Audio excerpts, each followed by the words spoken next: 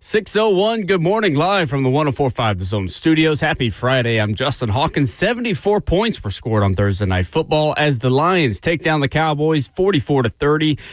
Jared Goff threw for 309 yards and a touchdown. Meanwhile, running back Jahmyr Gibbs rushed for 3 touchdowns in the win. Cowboys wide receiver CeeDee Lamb exited the game early in the second half with a concussion, and the Lions improved to 8-5, keeping their playoff hopes alive. For the Titans, Thursday's injury report was light, as cornerback Jalen Armour-Davis and Lloyd Cushenberry were the only two that did not practice ahead of Sunday's matchup in Cleveland against the Browns. It's a battle of the rookie quarterbacks, Cam Ward versus Shedeur Sanders. You can catch all the coverage you need with the Lee Company Countdown to Kickoff, getting you started right here on 104.5 The Zone at 9 a.m. In other NFL news, Eagles defensive tackle Jalen Carter will miss this Monday night's game against the Los Angeles Chargers after he had a procedure on both of his shoulders. Carter's considered week to week. And in Baltimore, quarterback Lamar Jackson sat out practice again on Thursday as he nurses an ankle injury. Backup quarterback Tyler Snoop Huntley would get the start if Jackson cannot go on Sunday as the Ravens host the Steelers. For all your foundation repair and waterproofing needs, you got to go to USSTN.com. Breaking news at once on your home for the Titans and Vols. This is 104.5 The Zone.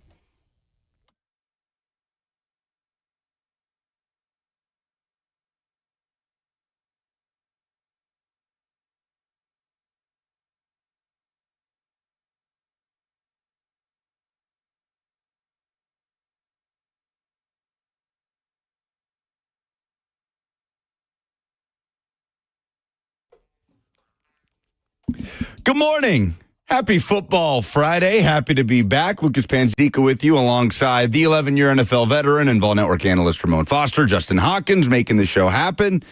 And we are hanging out right up until 10 o'clock. You know, we don't get that many of these, Moan. No. These Football Fridays, there's not that many left. It's not. College season is already over as far as the regular season goes, Lucas. NFL, 5 weeks. We're going to be sitting here and just coping, okay? We're going to be coping at the end of December saying, oh, my gosh, we only got like 2 weeks left. We got 10 days left. And we make such a big fuss about it, the fact that the season's too long, Lucas. We make such a big fuss about how bad our teams are, how good our teams are, what scenario we'd love to be in. And lo and behold, we'll want it right back as soon as the Super Bowl's over with. College people want it back right now. But you're right. It wasn't a blur this season in general. But I'll be real with you. Comparing the NFL season to actually being in the college rotation week to week, the season, even with it being 14 weeks with 2 byes, that was a blur. I hadn't lived a short football life that way in a very long time, since 2008.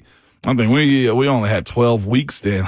So that was fascinating to me, how quick the season goes. And also, just a thought, now it raises the question of, it's okay for rookies to hit the rookie wall. Those guys are done right now. A potential first rounder from, let's say, LSU might not opt into the bowl game. They're done, Lucas. Like, they got a month before they should probably actually go start training if they're a graduate or if they know they're going to be a bona fide first, second, third round guy, because this dead time that they have officially right now with the opt-out that they can have to all the way through to the combine, you have that time, and then it's going to be nothing but pure football. So in hindsight, as a 39-year-old former NFL player, I get now how rookies can hit the rookie wall. That is a very short season compared to what the NFL has got going on right now. A lot of rookies playing a lot of snaps on this team. A ton of rookies. It almost makes you feel bad for those dudes, because it's just like, you're not supposed to be in this alone. You know what I'm saying? Somebody look you in your eyes and be like, it's not your fault. You know what I'm saying? Like, it's not your fault. Like, yeah, who's the Robin Williams of the Titans facility? Who is it? Who is it at this point? I ain't got a clue, but it is legitimately just like somebody need to go walk over and probably tell, it's not your fault. You're supposed to have more help than this. So I will always give rookies that type of grace when it comes down to the conversation about the rookie wall. No doubt, especially like the big boys, and I go specifically O-line, because if you're starting day one as an offensive lineman, you don't have plays off. Defensive lineman, they can rotate in. I might sound like a defensive lineman hater right there, but it's every 3 plays and you're out, or every 2 plays and you're out. An offensive lineman has to go for, if they stay healthy the entire year and they're a day one starter, 1,000 to 1,200 plays in a season. That's a crap ton right there. And considering college may get 800 plays, maybe 700 plays in a season, yeah, that's a ton of work. That's a ton of mental stress. That's a ton of just expectation of finally chasing your job and getting it done as far as going through the draft process and making a team. That's a ton of time, Lucas. It's 5 more weeks of that for those guys that got done last weekend. So here it hadn't even struck me until you just said that you're right. This is right about that time of year where your body clock as a rookie says, no, football season is ending now, yeah. Right? And it's a real thing. We've seen it here just in recent memory. 2 years ago, we certainly saw it with Peter Skoronski. Yep. We certainly saw it last season with J.C. Latham. How much of that do we see? Guess when that game was? Go ahead. The one in Houston, week 12 for him. When he had his worst game, when the wall finally hit him, it was November 24th of 2024, Lucas. I didn't mean to interrupt you right there, but I was just trying to look and see the context of when we thought he hit the wall. And here we are in week 14, and let's see how Cam Ward, Chimere Dike, Elikayo Manor, Kevin Winston Jr., Marcus Harris all kind of respond moving forward here.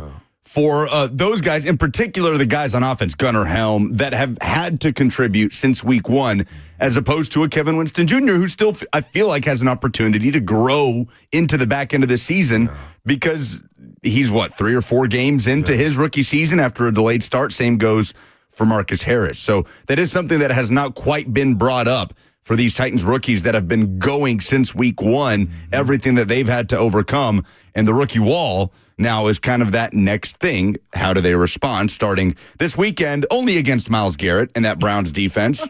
Browns 3-9. It's going to be cold. It's going to be wintry. We will get to that game. Feel free to hop in on the F&M Bank chat, 104.5 The Zone TV, YouTube, Facebook, Twitter, and Twitch. It's conference championship weekend in college football.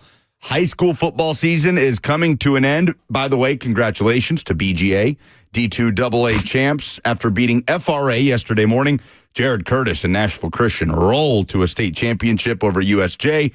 And a great game last night. Baylor edging out Brentwood Academy at Finley Stadium. So that will continue Blue Cross Bowl action throughout the rest of the weekend. Thursday night football. Lions 44, Cowboys 30, Detroit 8-5, Dallas 6-1. Big playoff implication game. Dallas's playoff probability, Moan, fell to 7% last night. With that loss, Detroit's increased to 54%. In a game that Detroit just kind of had control of, it felt like 11-point lead. It felt like going into the half when Dallas was driving late to cut it to less than a touchdown deficit. They can't get the 7, go for the 3, cut it to 8. Detroit quickly moves down the field, kicks the field goal to go back up 11. It was like, all right, it's just going to be that kind of game. Detroit holding Dallas at arm's length, and that's what it was. And Jahmyr Gibbs was fantastic. 3 touchdowns, 120 total yards. Moan through 45 career games, Jahmyr Gibbs. 5.5 yards per carry. Barry Sanders through 45 career games. 5. I don't want to do this to Jahmyr Gibbs, but this is what's happening. So I'm just going to hop on the train. Jahmyr Gibbs and Barry Sanders. Now the only 2 players in NFL history to score at least 45 touchdowns prior to turning 24 years old. He's starting to get into some rarefied air, Jahmyr Gibbs, and the Detroit Lions just looked like the best version of themselves, I feel like, last night. They did. And look at me, okay? You ever watch the old school cartoons with Bugs Bunny and Elmer Fudd and stuff like that? Oh, yeah. And you go to Elmer Fudd and it's got the sucker that pops over his head. That's me for my Thursday 3 pick yesterday. Thinking that the Dallas Cowboys would actually be something more, Lucas, that they would actually take momentum, okay, and be in prime time a real good football team. It shows more, honestly, I think, about what the Kansas City Chiefs are. Also, if you have 2, what we think 3 elite teams, I thought at the time, Cowboys, Chiefs, and now looking at the Lions dismantle what the Cowboys were last night, it potentially shows you where the Chiefs are. if the Dallas Cowboys can do what they did to him, considering what Detroit did to them last night. But again, CeeDee Lamb goes out, of course, and that's not what you want in those type of situations, right there. CeeDee Lamb's a bona fide playmaker, but to focus in on what the Detroit Lions are, their pass rush got after Dak. I thought that should have been a safety earlier in the game. The replay assist said that the whole ball was outside of the end zone at the time. Lies. I don't agree with that. And that should have been a safety right there. They get the football back, and then lo and behold, somebody hits, I think it was George Pickens. Ball tips up in the air, and there's an interception right there. And I'm just like, there's just a lot of inconsistencies when you look at what the Dallas Cowboys are. But here's what you always get to, and I put the focus back on the Lions. They have a coach that has in his mind and has distributed his game plan to his assistant coaches down to the players. When stuff get tight for the Detroit Lions in this new phase that they are of a franchise of winners, they're never out. You see that. They may lose or they have some issues, but the playmakers that they have, I got to give credit to that with Jared Goff. You mentioned Jahmyr Gibbs, Jameson Williams. We go David Montgomery, the offensive line. It's okay to take an L. It's a matter of how you bounce back, and I feel like that's what the Detroit Lions have figured out that other teams in the league are searching for. They are now, to me, the blueprint for what teams are wanting. It's never going to be a 72 Dolphins type of season. I feel like, look, I don't know if we'll get that. But the parity in what the league presents itself, and especially to the ones that take that next step into having and creating a culture. They lost one of the best offensive coordinators clearly in the game in Ben Johnson to the Chicago Bears. And they have Lucas put up 44 points on primetime football last night, who I thought was a really good Dallas Cowboys team. Dan Campbell calling plays. And Lucas, they're playing and looking like it. He elevated the guys as defensive coordinator. I don't have his name off top right now, but like they hadn't missed a beat in the things that you want them to do. So I'm giving Dan Campbell a lot of credit, but I'm also giving his Jimmys and Joes a lot of credit for sustaining what they have built there over the last 5-6 years as the Detroit Lions organization, Lucas, that was the laughing stock. I mean, when we played them, it's Detroit. They'll be tough. They'll be fine. But it's Detroit. We'll win in the end because they don't know how to win. That was our mindset. I'll speak personally for myself. My mindset into playing the Detroit Lions, and I know my other teammates had it as well. They're scheduled to wrap up the season as they get to 8-5 at the LA Rams, at home against Pittsburgh, at Minnesota, at Chicago to round it out. That's tough sledding. It's a grind of a slate to finish out the season. Minnesota has had a disappointing season. Mm-hmm. Division rivalry there, right? Vikings are probably going to get up for that game late, even though they're pretty much out of playoff contention. On Netflix, too, for the Vikings game. That's right. That's Christmas Day. That's the afternoon game on Christmas Day. And Pittsburgh heading to Ford Field before you finish out the regular season with the current 1 seed in the NFC in the Chicago Bears. So Detroit with a bit of a statement last night, and George Pickens is one of the stories for the Dallas Cowboys, whose playoff odds plummeted with that loss. This was a huge game in the NFC wildcard playoff picture, and George Pickens kind of comes away as the headliner for the Cowboys. Moan Richard Sherman calling him uninterested in playing football in post-game coverage on Amazon Prime. Mm-hmm. Admittedly, I was in bed attempting to sleep at this point in the game, right before the 2-minute warning of the fourth quarter, 44-30, right? You need a miracle if you're Dallas. You need a touchdown, onside kick, touchdown. But technically, you're in the game, I suppose. And there's this deep ball that I don't see until this morning by Dak Prescott to George Pickens, who is running by 2 Lions defenders, Moan. And the way the ball at the 15-yard line just falls at Pickens' feet, and he doesn't even make a lick of an attempt to catch it in what would have been a walk-in touchdown, or at the very least set up a 1st and goal before the 2-minute warning. I was stunned when I saw this play, and he dealt with drops. And for me to sit here and call a guy lazy on his routes, it just is a ridiculous concept.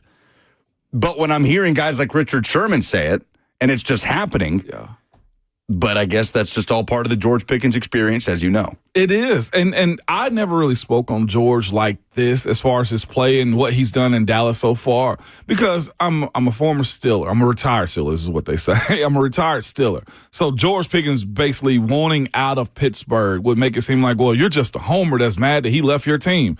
I'm like, no, it's a little bit more than that. Like, I've heard these conversations around George Pickens and, his day-to-day operation inside of that building. I've heard about the attitude. I've heard about the play. I've heard about, he going to make an acrobatic catch and he going to turn a backwards flip on the sideline and one-arm you and, play with that vengeance that you love to see diva wide receivers to play with.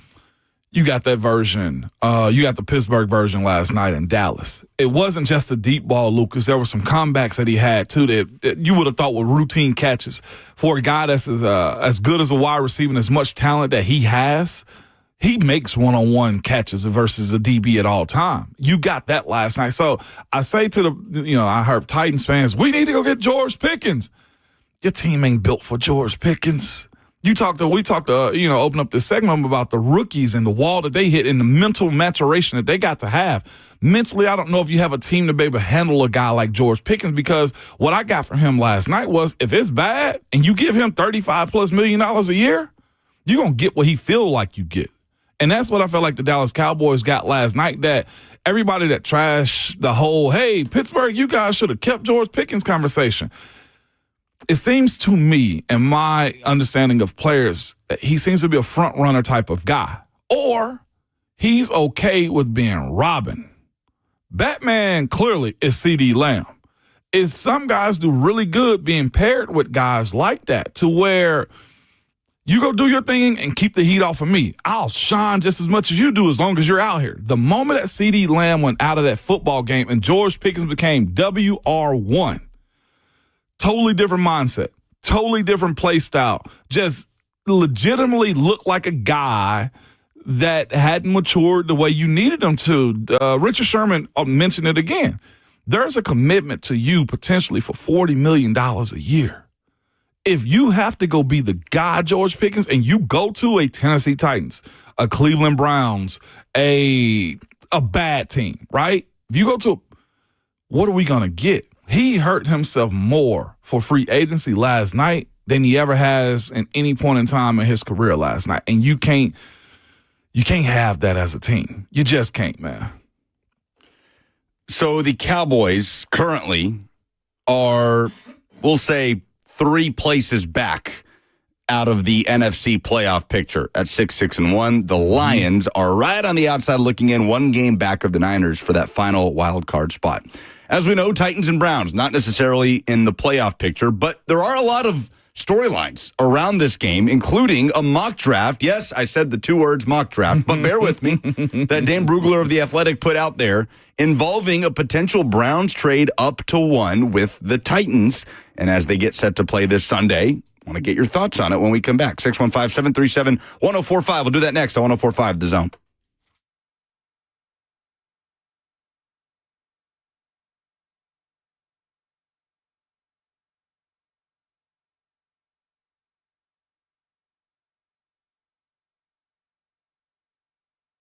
Genesis Diamonds really shines this time of the year, man. Their cases are jam-packed with all the best gifts, highest quality at the best guaranteed prices. Engagement rings, diamond bracelets, eternity bands, earrings, pendants, colored stone jewelry, Rolex watches, and listen, this December at Genesis, you can get the holiday jewelry she wants for $0 down and no interest for 5 years. So you can go big without going broke. Pick any item, spread your payments over 5 years, 0 interest.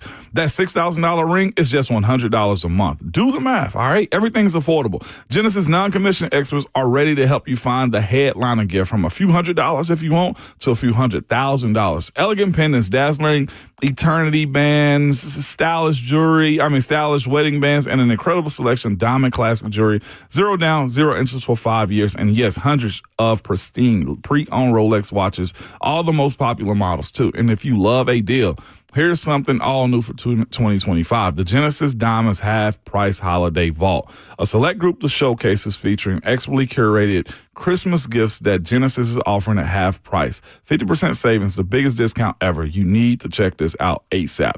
Genesis Diamonds is a place for that spectacular holiday gift. They're located in Green Hills and Cool Springs. See store for details.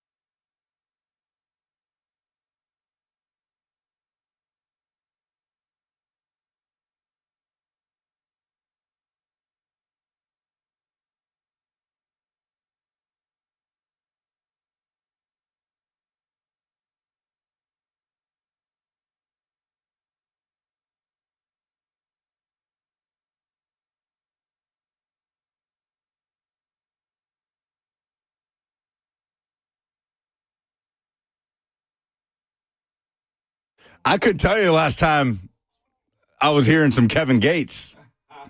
What's up? What's going on with Kevin Gates? What's he up to? Man, he's just more eccentric now. This music right here, we're not getting from him anymore, in my personal opinion. It's become very off my radar. I don't even want to disparage him because he's an artist, and artists do have to change, man. You want to talk about in love with this music, though, Lucas? I'm with you. Like, I couldn't get enough of this one.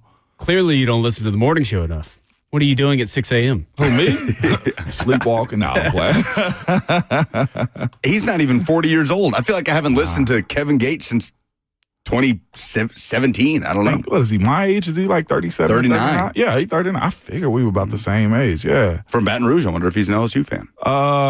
Who's not? If you are from that state, how are you not an LSU fan?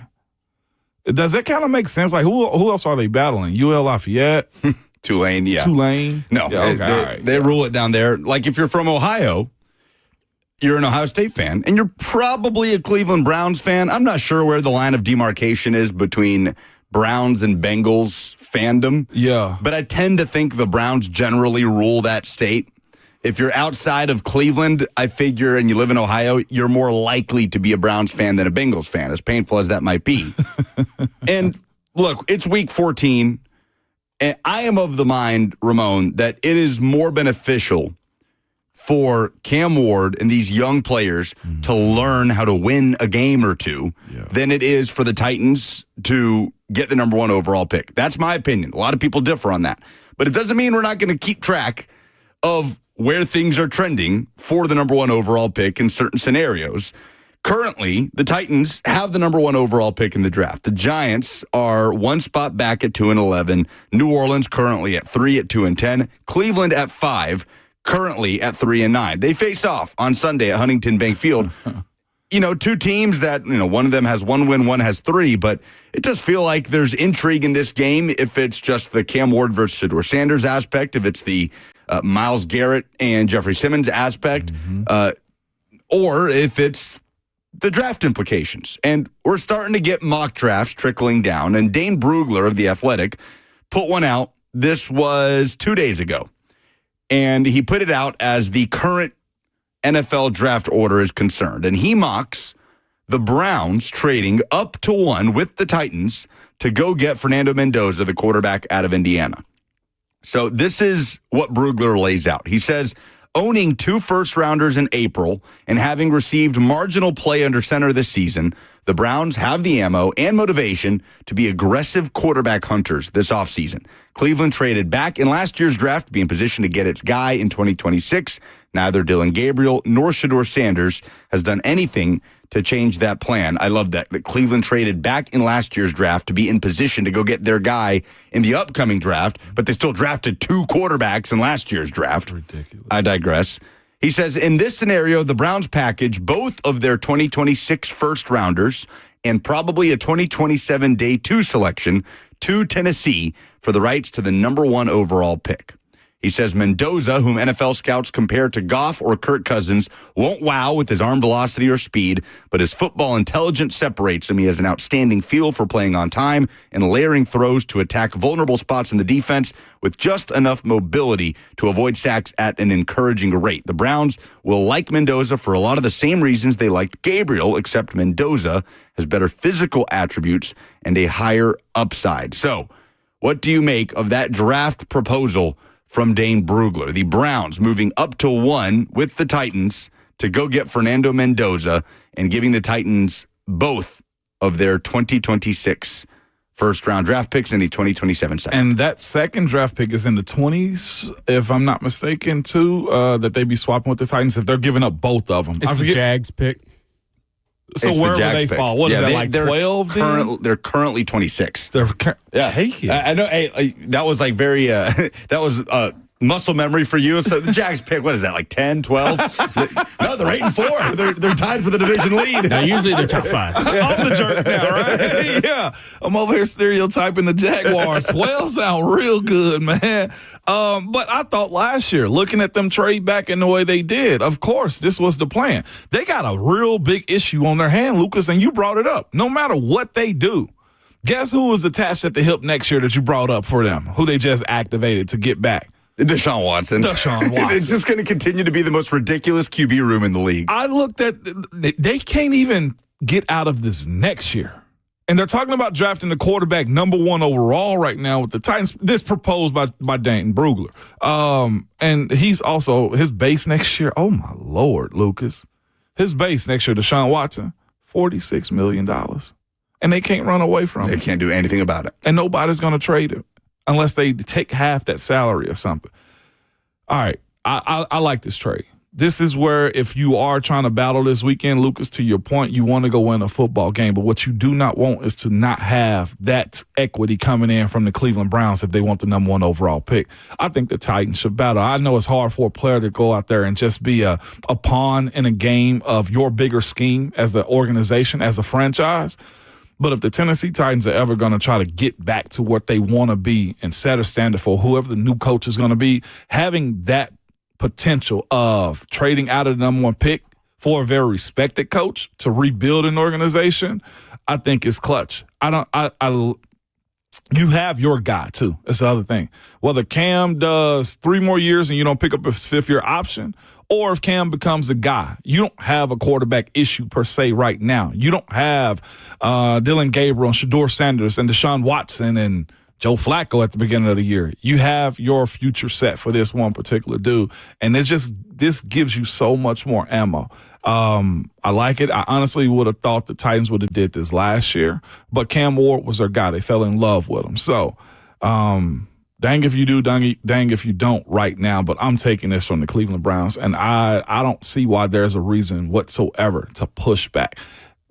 Fernando Mendoza, he's their problem. That's the way I look at it, and you better hope he beats Ohio State this weekend is how I feel about it. Let his legend grow. What you got? I think you need a 2027 first-round pick. You need a 27 first-round pick? Yeah. I would much rather that due to the fact that you have Jeremiah Smith, Cam Coleman, name ex-receiver that is coming out. Yeah, and it's coming Ryan Williams. from the Browns, so it's got a good shot to be a pretty high draft pick. So, I almost don't think it's enough. You don't want the 26, you want a next year's draft pick, first round. So if you're going to give me the Jags 2026 first round pick, it's at 20-something versus the 2027 first round pick, it's the Browns. It's almost almost a guaranteed top 10 pick. I would much rather that because you need a number 1 guy. You may get Carnell Tate this year if you're trading back with the Browns. If the Browns are picking number 5 this year, you may go get Carnell Tate. You may go get the Arizona State wide receiver. Next year, you go get another one. Load up. That's what I would do. I almost don't think it's enough. So no 2 first-rounders this year. Just package it up in a couple of second-rounders and a first-rounder for 2027. Let's see where the Browns finish because let's say understood. I get that point. Because here's the thing: if the Browns win Sunday, that's their 4th win. Yeah, they're going up in the draft. Yeah, nowadays 4 wins puts you right on the 9-10 range. Right. So then, if you're trading down to go to number 1 overall, now you get another pick. Maybe you get 3 first-round picks, 2 this year, 1 next year. Your draft capital is going to go up. I think the Titans need to find that 2027 first-round pick. The Brian on the F&M Bank chat where you can chime in on YouTube, Facebook, Twitter, and Twitch says, regardless what the offer is, you need a first next season. By the way, for the sake of conversation, Dane Brugler has the Titans after the trade drafting at 5, Auburn edge rusher Keldrick Falk.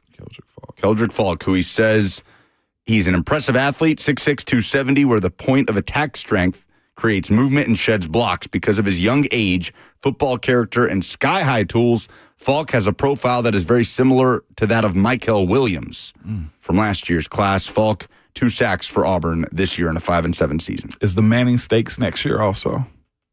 Say again? Is the Manning Stakes, Arch Manning's?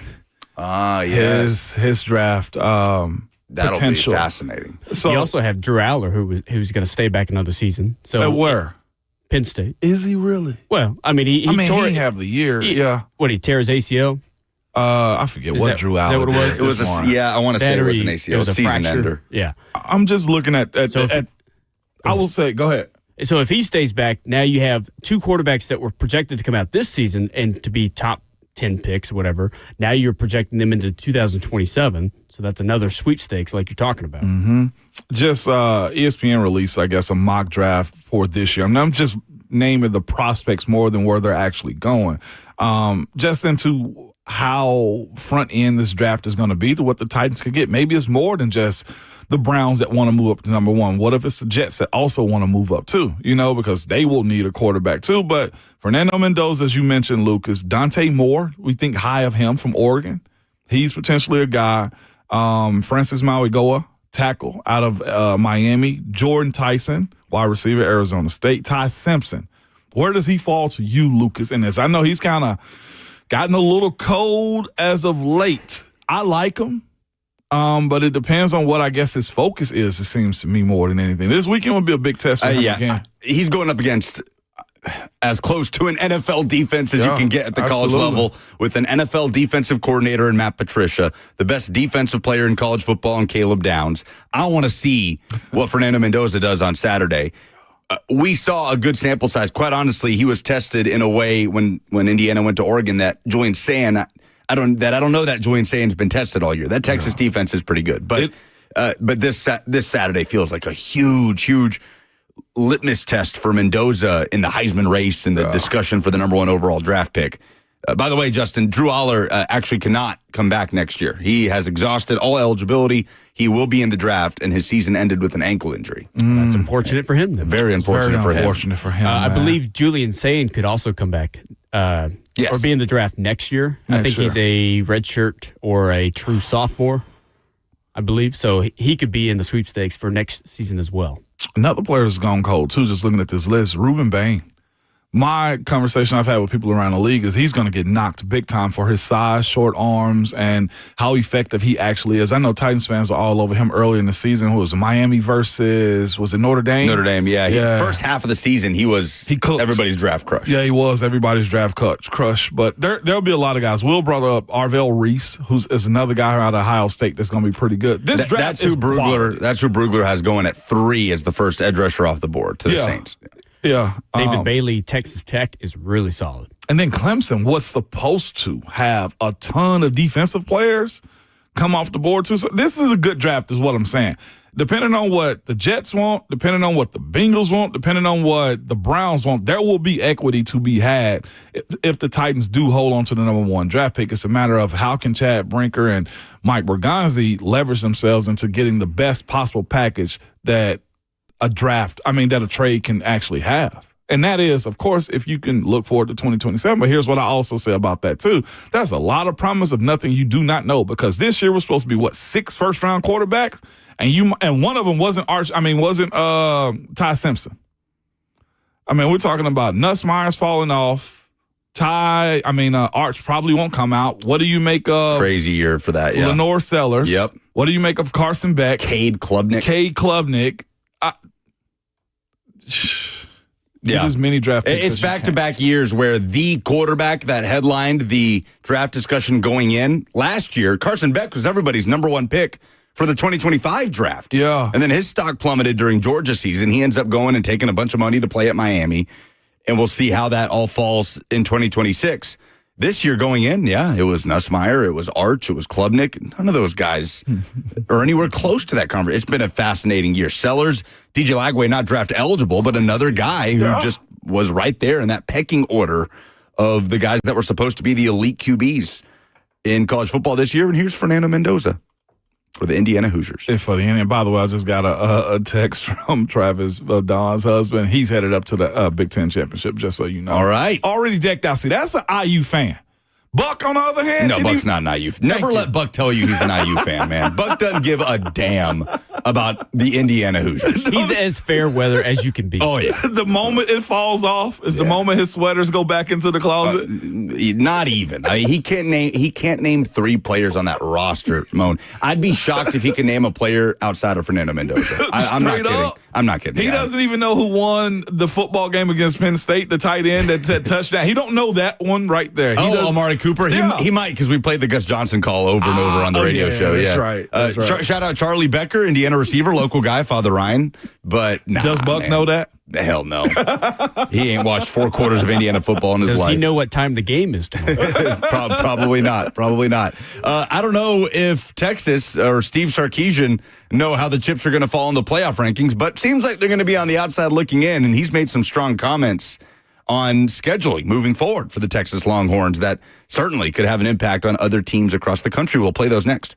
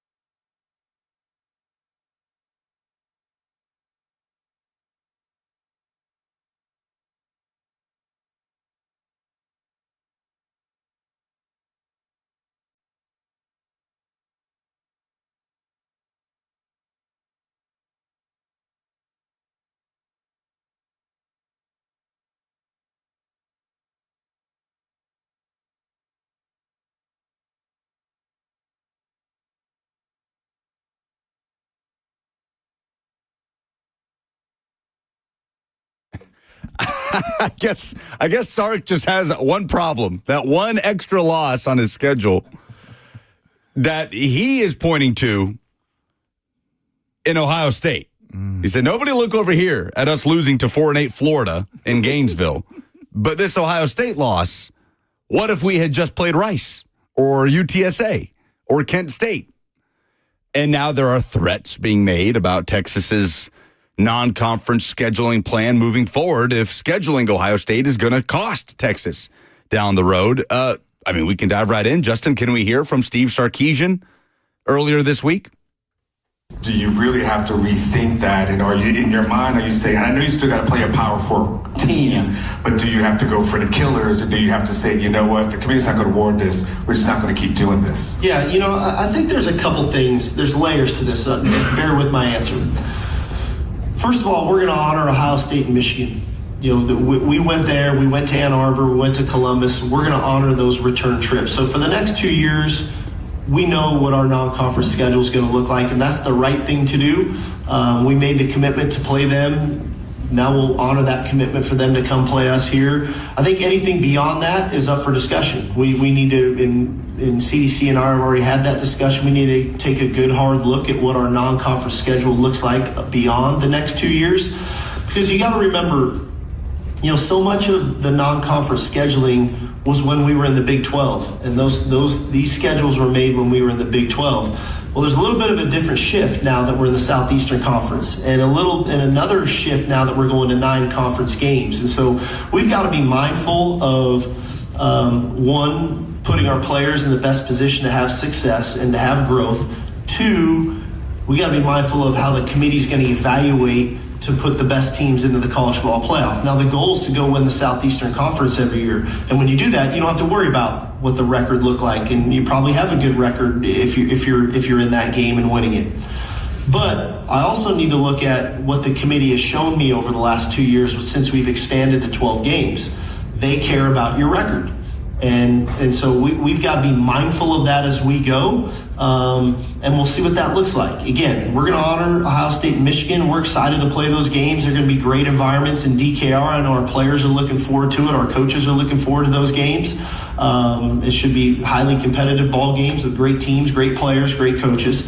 But beyond that is where we got to have some real discussions of what our non-conference schedule looks like after that. What do you make of that from Steve Sarkisian? My first response is you can't cry from the yacht, Steve. I want to call him Steve right now, too, because I feel like he's trying to talk to us as if we're not understanding what he's saying. And I said, you can't cry from the yacht. Like, legitimately, it's like Coach Sarkisian, would you rather cry in, a Toyota Camry or that Rolls Royce that you riding in? You, sir, ride in a Rolls Royce. Last year, the 2025 recruiting class, you were number 1. I guarantee if I go to 2024, you probably top 5, top 10 in that group too. You were 6 in 2024. You have the weapons to be able to coach a real good team. Now, the fact that you are now in the SEC, as he just said, welcome to everybody else's problem that we've complained about for years. It's a gauntlet. You saying the committee saying that the record doesn't matter or the record does matter. Well, go have a conversation with Vandy right now, right? They're saying until BYU potentially could be out. Does the record really matter or who or how you lost to? If you are a premier blue blood team that you proclaim to be and you recruit that way, your facilities look that way, your salary also is a part of that too.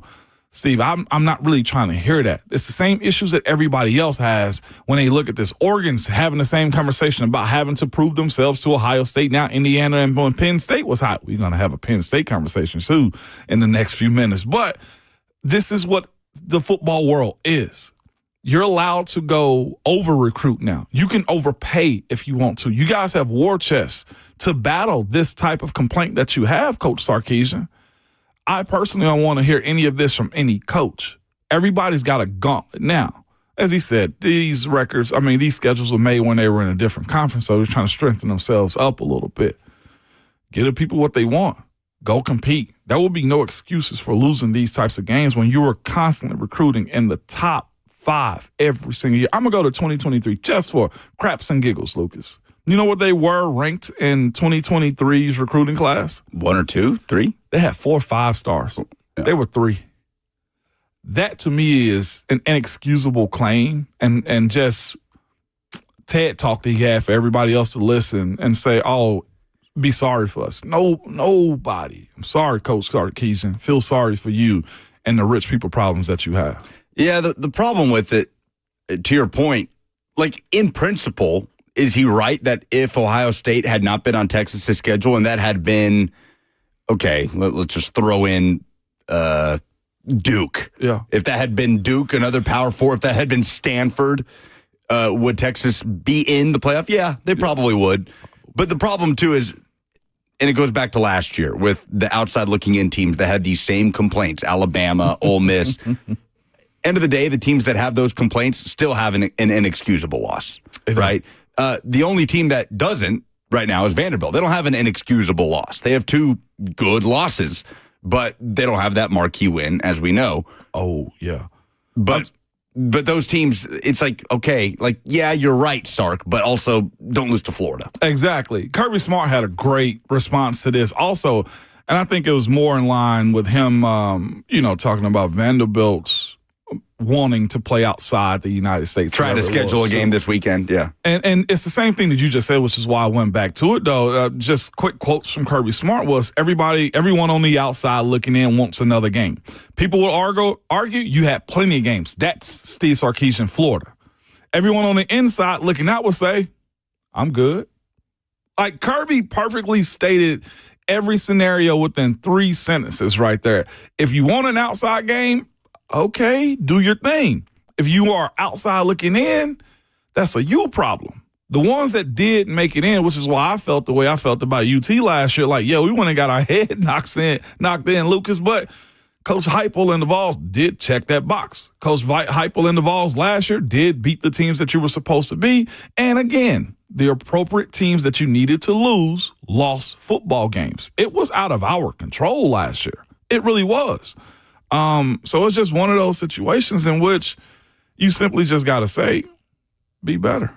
You shouldn't be scrutinized for scheduling these really big out-of-conference games, but you also shouldn't be giving grace either if you lose. You win the games you win, and if you lose 14-7 to Ohio State, that's good. Don't lose to Florida. Or you can go be like Alabama, who just decided they don't want to play USF anymore. Yeah. Don't lose to Florida. That's just kind of the baseline conversation here. Okay, so you mentioned the Penn State situation. It continues to seemingly spiral. There is another name that has popped up as a potential favorite to win the job, but there are also complications that we're not talking about that were aired out by a former Penn State star that you might have heard on the airwaves early this morning, and we'll play that for you coming up next. It's Hour 2.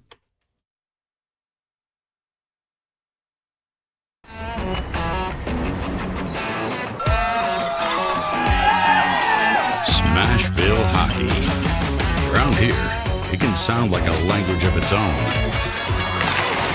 But hey, if you can pronounce Demumbrian, then names like Yossi, Shea, and Marchessault will roll right off the tongue.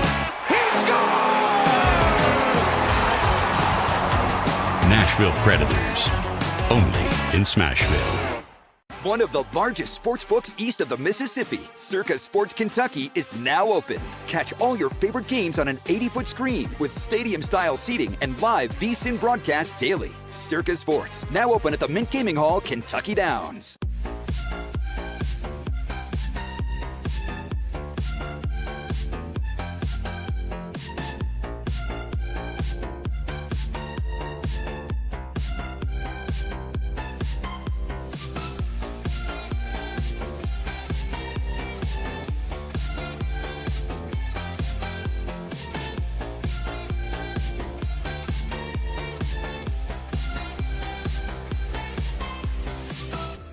My dad and I used to golf together all the time, but when he hurt his back, it was over.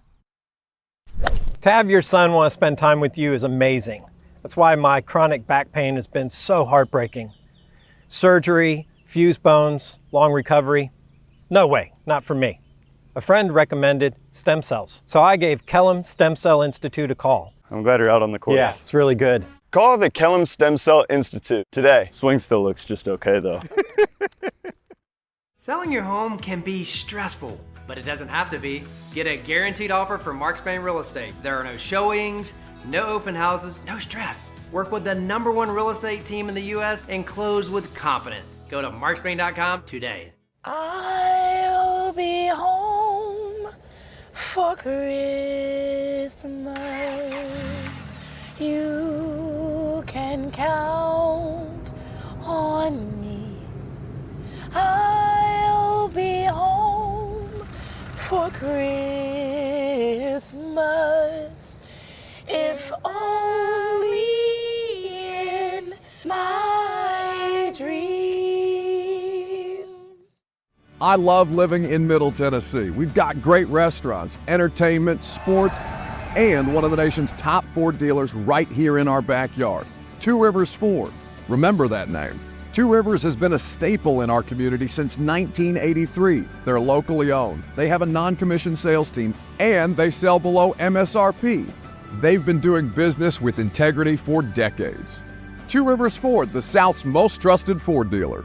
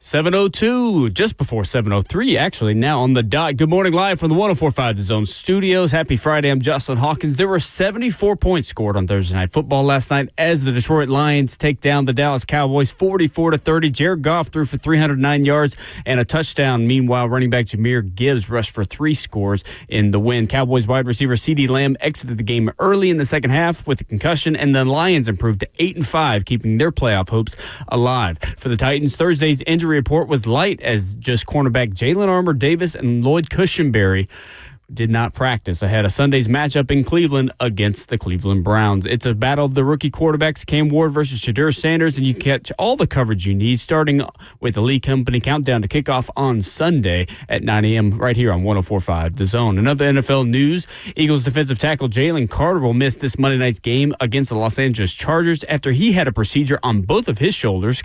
Carter is considered week to week. And in Baltimore, quarterback Lamar Jackson sat out practice again yesterday as he nurses an ankle injury that he suffered last week. Tyler Snoop Huntley, the backup quarterback, would get the start if Jackson cannot go this Sunday as the Ravens host the Steelers. For all your foundation repair and waterproofing needs, you got to go to USSTN.com. Breaking news at once on your home for the Titans and Vols. This is 104.5 The Zone.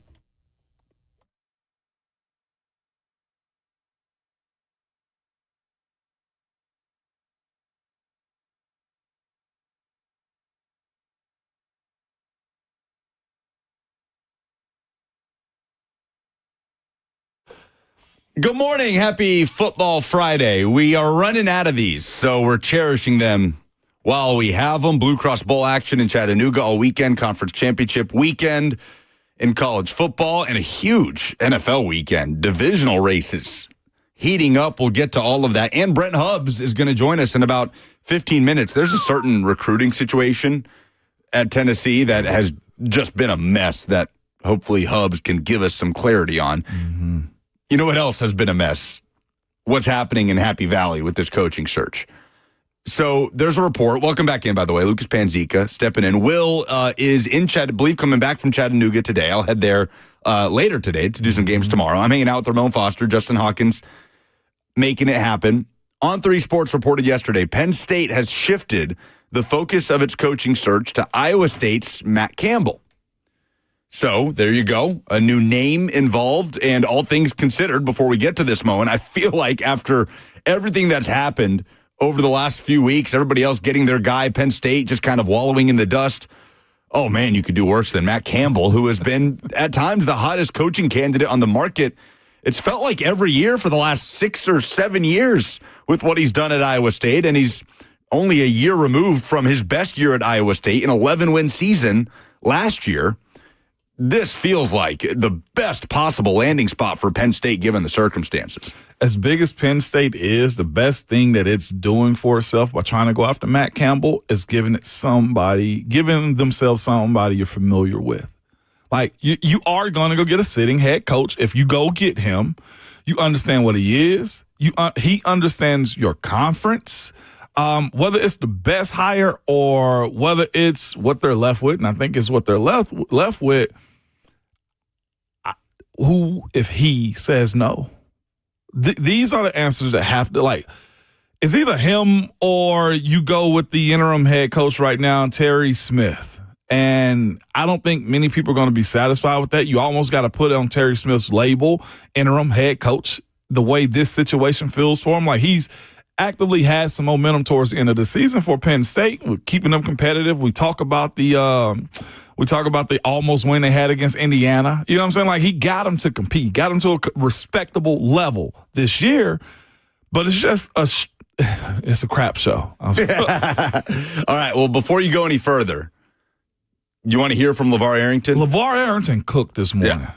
Because sorry, go ahead. I was just gonna say, Penn State alum. I think he's one of the most respected, highest recruits. He's in the sports media world right now.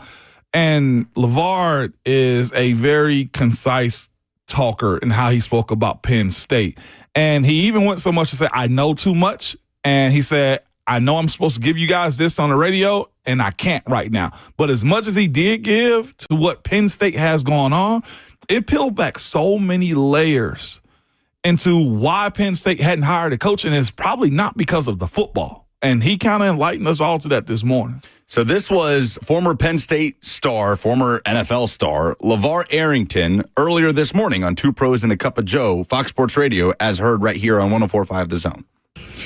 When your only campaign is to do that, Q, is to try and clear your dad's name and his legacy, and that's like become your lifelong journey, and you bring people along with that, you create a lot of dissension. He could have been somebody that was a force that was for good, but he's not. Like even that song you guys sent me yesterday, like that guy that's connected to that post, he's an antagonist. He's an antagonist, and he's been working to clear Joe's name for years. And now he's taken on the duty and the responsibility of trying to clear Jerry Sandusky's name in all of this. So again, it's a large conversation. Jesus. It's a super large conversation, and in a lot of ways, for me, it's an embarrassing conversation because what happened. By the way, he's talking about, it's my fault, I hadn't heard the audio before. Yeah, Jay Paterno, who's very involved at Penn State. The son of Joe Paterno, was on Joe Paterno's staff from the mid-'90s through the controversial end. So, sorry, felt like we needed to set that up. All good. He's talking about Jay Paterno's involvement in all of this. And when you look at what morals are supposed to be a part of how people conduct themselves and live their lives and how things are handled, to think that you for this long have been a thorn in the side of a community that your dad was a major part of building the culture and foundational pieces that, made Penn State what it is. It's a joke. It's a joke. And to act as though what happened didn't happen, or that there's no culpability whatsoever that should have been on Joe's name based upon what took place, it's poor commentary. And the things that have been done and said, it's almost as like, are you trying to erase what took place? Are you trying to remove your dad's name from what took place? It happened during his watch. And that's the reality of it. And it should have been dead and gone. This program should have been able and allowed to move on. But because of the type of community that it is, and him being a part of the school board, and him having, one particular person in, Anthony Lebrano being connected to him and being a money guy, they've been on their crusade to clear Joe. And to me, the way they've been able to do it is methodically doing things that undermine what goes on with leadership at the school. And it has led to this. So that's LeVar Arrington, who played for Joe Paterno, who played for Jerry Sandusky in the late 90s, talking about Jay Paterno's involvement in not just the Penn State coaching search, but generally the Penn State program.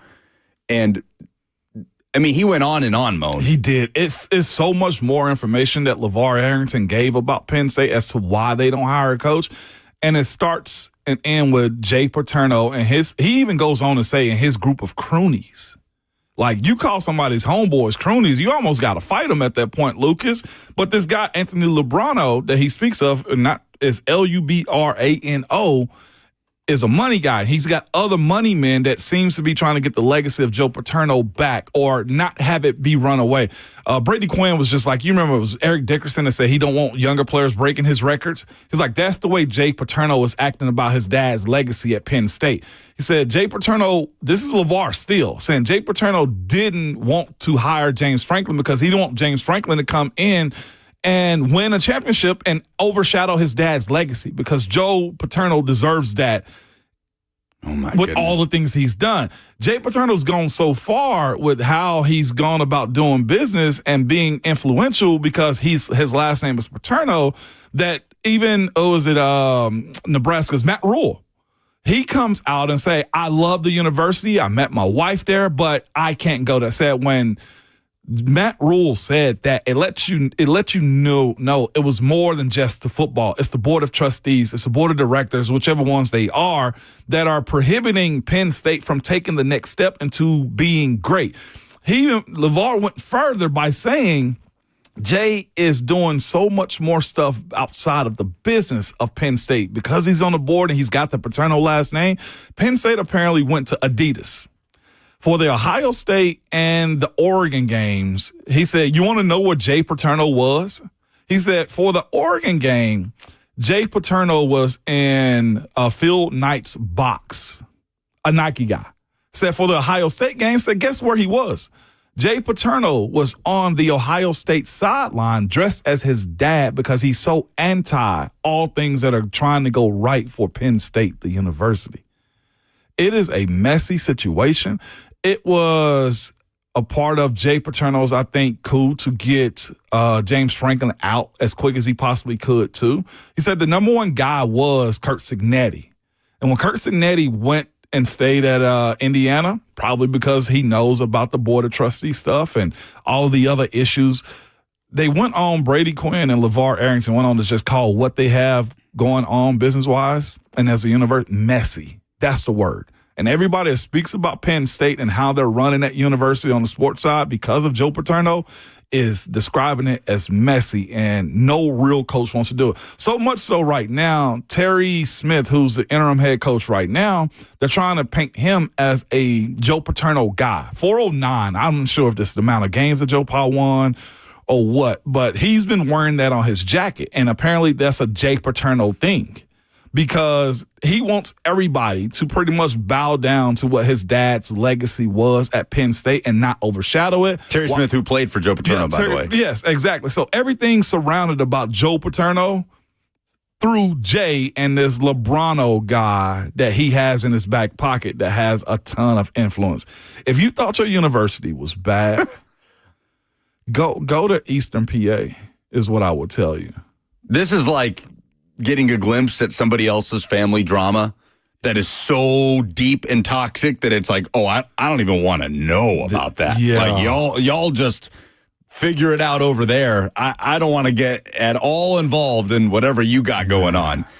There are so many layers to this below the surface. People see Penn State firing James Franklin and not moving quick enough and all these things, but the deeper you go, Mo, and we've talked about it over the last couple of days, whether it's Jimmy Sexton's involvement in Penn State's lack of an ability to go hire somebody, or now Jay Paterno's involvement and the complications of trying to protect Joe Paterno's legacy and how that could just bungle things in holding back a football program, trying to move forward for these sort of personal, you talk about conflict of interest. I mean, it's an absolute The worst mess. part of it all, I know we got to get the Hubs. You're trying to clear a guy that's in prison, Jerry Sandusky's name. Just think about that. You're part of a group of people just trying to clear his name. Yeah, for LeVar Arrington to bring up the thought of somebody trying to clear, not even clear, but bring restore Sandusky's football legacy is just unfathomable. Crazy stuff going on up there. Yeah. Crazy stuff. Sounds like maybe Pablo Torre needs to get to work. All right, Pablo. Leave Jordan alone, Pablo. Or we're tired of hearing about Jordan. Go figure out what's happening at Penn State. Yeah. Makes Tennessee's 2017 coaching search seem like peanuts. Brent Hubs covered that, and Brent Hubs is covering this offseason for Tennessee football. And one situation in recruiting in particular that we need some clarity on down or over on Rocky Top. And we'll hear all of that and more from Brent Hubs of VolQuest next.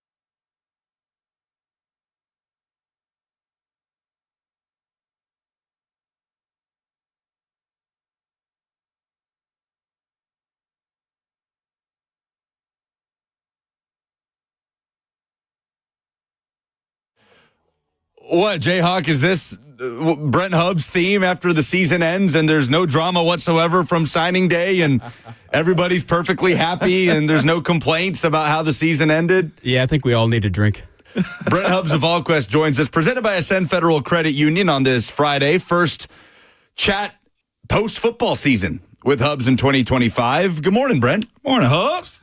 Good morning. And win or lose, good or bad, it's always 5 o'clock somewhere, and covering Tennessee athletics always feels like you need a drink. So it is probably my theme song, correct? Well, I suppose we can dive in, Brent, on this situation from signing day. Legend Bay, the 4-star athlete, was committed to Tennessee, flipped to Ohio State, signed with Tennessee. All this drama now about his family that wanted him to go to Tennessee, but he wanted to go to Ohio State. Can you just help us separate fact from fiction on all this? No, not really, because we don't really know. I mean, he deleted the tweet that he put out right after he put it out. And, sort of we'll see. I mean, I know Tennessee had conversations with him yesterday. Kelsey Pope had a conversation with him yesterday. They obviously talked to him all day on Wednesday. And, we'll see what he elects to do. I mean, he can, at this point, he can choose to go into the transfer portal when it opens on January the 2nd and could move on if he wants to. He cannot engage directly with any conversations with any other school right now other than Tennessee. Third party, they obviously can. But we're all as his third party if his family wants him, at Tennessee. So we'll see what happens on that one. I mean, Legend had a hard time making a decision to begin with. We know that. I mean, he had a commitment date scheduled 2 or 3 different times before he announced Tennessee, and then he went on the Ohio State visit and flipped there and then obviously flipped back. So we'll see. I mean, he turns 18 before the end of the year, which means he doesn't need any parental help, signatures or anything like that moving forward. And once you go in the portal, you don't have to anyway. If he really wanted to avoid all of this, he could have just waited and not signed and then just showed up at Ohio State in January. They're on the quarter system. They actually start school earlier than Tennessee. But he decided to sign and then decided that he didn't want to sign. And I don't know exactly where he's at when he wakes up this morning or where he wants to go to school. Hubs, for the folks that are new to this, like myself, is this something common that happens that get kind of, quieted over the process of signing and NIL payments too, that players and families and where you want to go versus family you want to go happen more often? I mean, through the years, I wouldn't say it's been the most common occurrence, but it has happened. I mean, we've seen press conferences where parents have got up and stormed off, and we've seen press conferences where parents have worn the clothes of the school they wanted their kid to go to, and their kid went to another school. I mean, Jacob Copeland did that. There was a defensive back that ended up going to Alabama. Mama wanted him to go to LSU from Louisiana a few years ago. Tennessee had a bizarre case probably 20 years ago with Julian Battle, where Battle actually signed papers with NC State. But then he changed his mind. Mom hadn't signed the papers yet, and Tennessee got Julian to sign a set of Tennessee papers and got Mom to sign the papers, and he ended up coming to Tennessee. So it's happened some through the years. Not typically as much of somebody has signed and then immediately changes their mind the way this one appears to have been. But again, what that looks like this morning may be totally different this afternoon, and certainly could be totally different come Monday. No doubt about it. This recruiting class, man, right now is sitting at 7th ranked, man, one of the highest ones the Vols have had in a while, and the highest under Coach Josh Hypel in general. 18, if I'm not mistaken, defensive players signed in this class. Hubs, how do you kind of put it together on what they were able to do, especially with some of the flips on signing day? Well, defensive line, you really like what they got done with, as you mentioned, the 3 flips on signing day that they got done. With Breeze Carter, the young man from down in Georgia, is a guy that was a big flip. Rodney Garner, J.J. Finch is another one that one was big, for Tennessee. So obviously there was a heavy focus on where they were defensively. They've still got to go get some defensive help in the portal for sure. I like the Rouse kid at linebacker. Tennessee held off Texas for him. I think that's one of the better players in this class. The DBs will be, we'll see where those guys land. I mean, Tennessee's got to have success recruiting defensive backs. They're going to need some immediate help there, most likely to come from the portal, but that is a place where high school players can step in and play, as we saw this year with Ty Redmond. So can they find some help immediately with a high school defensive back or two? That would be important for Tennessee. Love what they got done at the receiver spot. They don't necessarily have to have immediate help there if they bring everybody back that they have, but certainly when you bring in a guy like Tristan Keys, the thought is that he's going to play immediately and get on the field. I like the King kid as well. And then you've seen Gabe Osenda, you know what that looks like on the offensive line, and the kid from Clarksville as well. So, I think it starts in the trenches with your class. Most of those guys are developmental guys, which doesn't mean they're bad players. It's just those are positions that are developmental positions, and we'll see how it all shakes out. The other thing with this class, too, is all of them but two are going to be here midterm. And so you go to work in January, you're going to have you get to go through spring practice and all summer with them, which will help speed up their development in terms of being able to get on the field. One of those guys that, probably want to get on the field pretty good too, especially at his size, man, is local prospect, man, Joel Wyatt, 6'4", potential safety. Is that part of you think his conversation and commitment was this, he doesn't have to come and play the star position, which is outside edge for the Vols, and, there will be, help to be had at the safety position. He's one of those early enrollees? Yeah, he's fascinating to me because early on, everybody projected him at 6'4", 200 pounds. Everybody projected him to be a Leo, to be an outside linebacker growing into a rush-in position.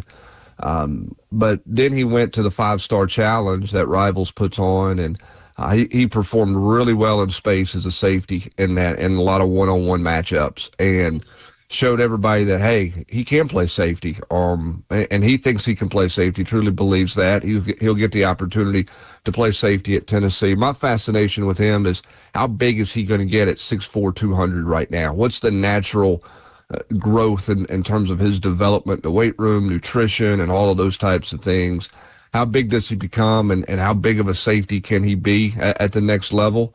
That one's going to be interesting to watch and see. But, his recruitment changed a little bit after he performed in that 5-star challenge, because some people were talking to him about playing a different position, and Tennessee became all in on him at safety once they saw what he got done at that All-Star event.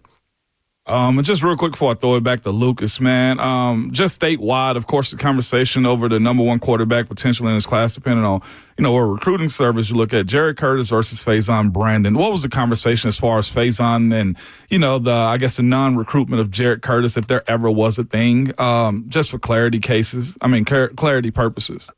Yeah, and this is not a criticism of Jared Curtis in any way, shape, or form. By the way, congratulations to them on dominating in the state championship game. Yeah. He is a really talented player.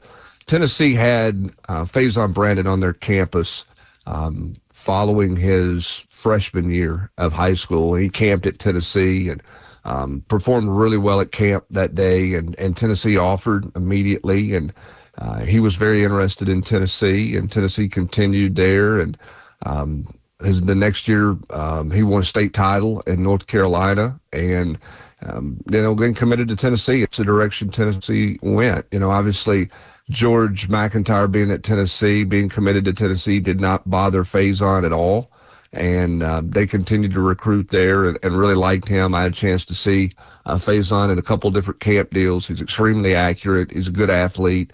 He's a good player. I think Jerry Curtis is a good player too. And so it'll be fun to watch those guys develop and duke it out and what they can get done in this league moving forward. But, Tennessee's focus after that first camp where Faison was on campus was clearly Faison Brandon in this class. Brent Hubs of VolQuest with us, presented by Ascend Federal Credit Union. Check out the War Room following signing day. Plenty of recruiting wrap-up, season wrap-up, and hoops coverage. Brent Hubs and VolQuest always doing great work. Brent, kind of heading into the offseason talk, we're going to find out Tennessee's bowl destination on Sunday. To you, is the question of Josh Hypel and potential staff changes that we haven't quite seen from him in terms of firing a staff member for the first time. Is that question 1A or 1B of Tennessee's offseason, and when do we maybe get an answer to that? I think it's the first the next on the list, if you will, because the transfer portal doesn't open till January. And obviously Tennessee has to have success in the transfer portal. They need to go get some defensive backs, need a star, need a couple of safeties in the portal, need a grown man or two in the defensive line to help some of these young defensive linemen that they signed and second-year players as well. So the portal will be a big thing in January, but you got to make staff decisions before then. I just think, and that's where we're at. So the question is, when does Josh Hypel do anything on his staff? Does he do anything on his staff? They've got, I think, 6 staff members on expiring contracts in January. And so you have to make some decisions on those guys, whether you're making a move there, whether you're retaining them and putting them under a new contract. I mean, you can't, you have to make some kind of decision with those guys as well. So we'll see what that looks like. But yeah, I mean, that's next on everybody's radar. Bowl destination will come out on Sunday. To me, the bowl destination depends, is either going to be Nashville or Jacksonville. And that depends on what, to me, right now, if Alabama gets into playoffs, then that, to me, will depend on what Jacksonville does and what Nashville does in terms of what the league slots, pecking order, that type of thing. Does Jacksonville want Tennessee? I think Nashville's very interested in Tennessee. You have LSU, which is a unique situation with all their coaching changes down there. How attractive are they to bowl people? And then what do you do with Missouri? Missouri was in Nashville last year. Missouri's not coming back to Nashville this year. So does Missouri land in Jacksonville or do they land in Charlotte? And then where is the LSU factor? But I think, if Missouri ends up in Jacksonville, then Nashville's sitting there with Tennessee or LSU as their options. Then, in-state ticket sales, does Tennessee make sense? I'd say it does to some people on the committee for sure. But I think we have to see what Jacksonville does as well and how the league wants to slot that out, because Vanderbilt's going to go no worse than Tampa, and rightfully so. And then if Texas is not in the playoffs, they're going to be in Orlando or Tampa, one or the other. Brent, do you have a best-case scenario opponent in mind for Tennessee's bowl game in terms of what could bring the most juice, maybe what could have the most appeal for Tennessee fans, just to be able to get as much of a marquee win as you can in this moment heading into the offseason? Well, I think that it is I think it's a situation where you're looking at ticket sales. And what's important to you from a ticket sales standpoint if you're the bowl deal. And, in Nashville, you're going to get ticket sales because there's natural Tennessee fans in Nashville. How many are going to travel to Jacksonville? If you're in Nashville, the Music City Bowl, you're probably going to be taking on Illinois as probably the Big Ten representative. If you're in Jacksonville, you're going to be taking on an ACC team.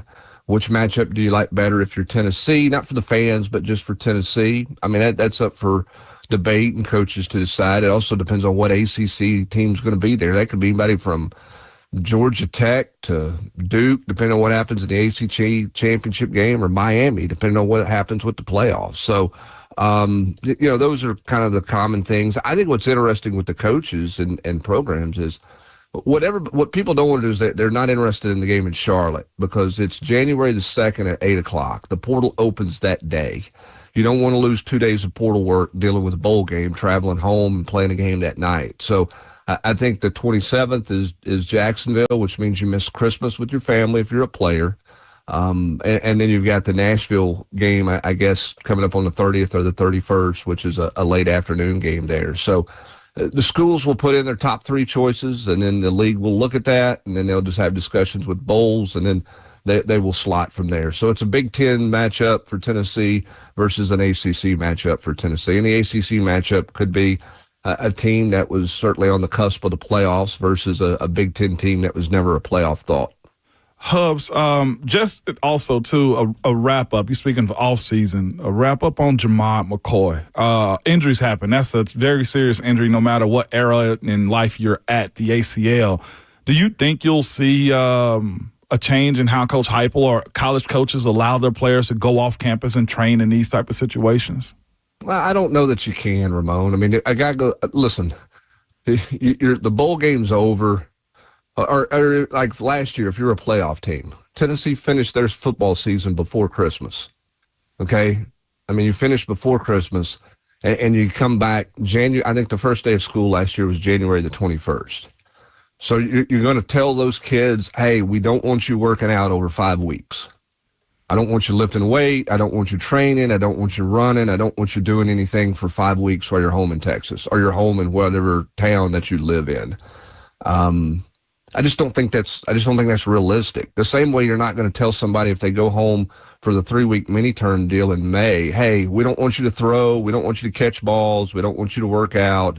Just take the 3 weeks off, and you won't fall out of shape when you come back for summer drills and everything. It'll be fine there. I mean, that's just not the world we live in. Now, you know, do you advise them, hey, don't play pickup basketball? Right. Hey, don't go snow skiing. Hey, don't go water skiing. And sure, those types of things. But to say you can't work out with a trainer, I don't think anybody wants a player to do anything to limit their development. I mean, that was just a freak thing that happened. And it's really unfortunate for Tennessee that it turned out the way that it turned out. And, you know, I think the other question moving forward is how does everybody approach that from an NIL rev share deal? I mean, do you limit that from somebody who's, you know, injured and has a severe injury and you don't know if they're going to be back? Do you change that anyway? Is that such bad PR that you can't do that?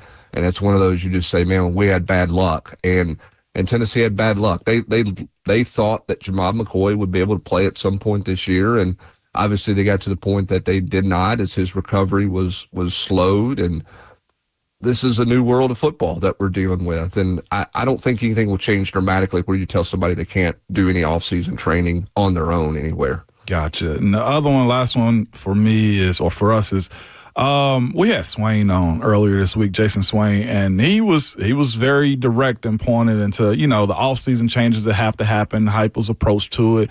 I just want to ask the question, is Hypel aware of, you know, just what changes have to be made from him, the messaging, I guess, not having a Boo Carter situation, or if this Legend Bay thing doesn't unfold the way you want to, or Nico, et cetera. I know every school has its issues and its challenges, but to have, you know, our teammate Swain challenge the way the offseason program is, the mental toughness side of workouts and, you know, honesty and approach to putting a tougher team out there. Is he aware of that also? Yeah, I mean, I think he's aware and knows that, you know, where they're at right now is not where they needed to be this year. And, you know, the Vanderbilt loss is one that you have to take great heart to. There's nothing that you can look at that game and say, well, you know, a play here or a play there. And that's why I think the loss to Vanderbilt has to change some of your potential thought approach, or it does change your thoughts heading into the offseason. I think it changes the thoughts of fans. I think it changes the thoughts of people above Josh Hypel and things like that, because the other games, Ramon, you could look at and you could put it into that, well, it was a play here or there, right? Like what happens if you don't have the strip sack and you go up 14-0 against Oklahoma? You know, what happens if you make the field goal against Georgia, you win. If you don't throw the pick six at the half against Alabama, what does that look like?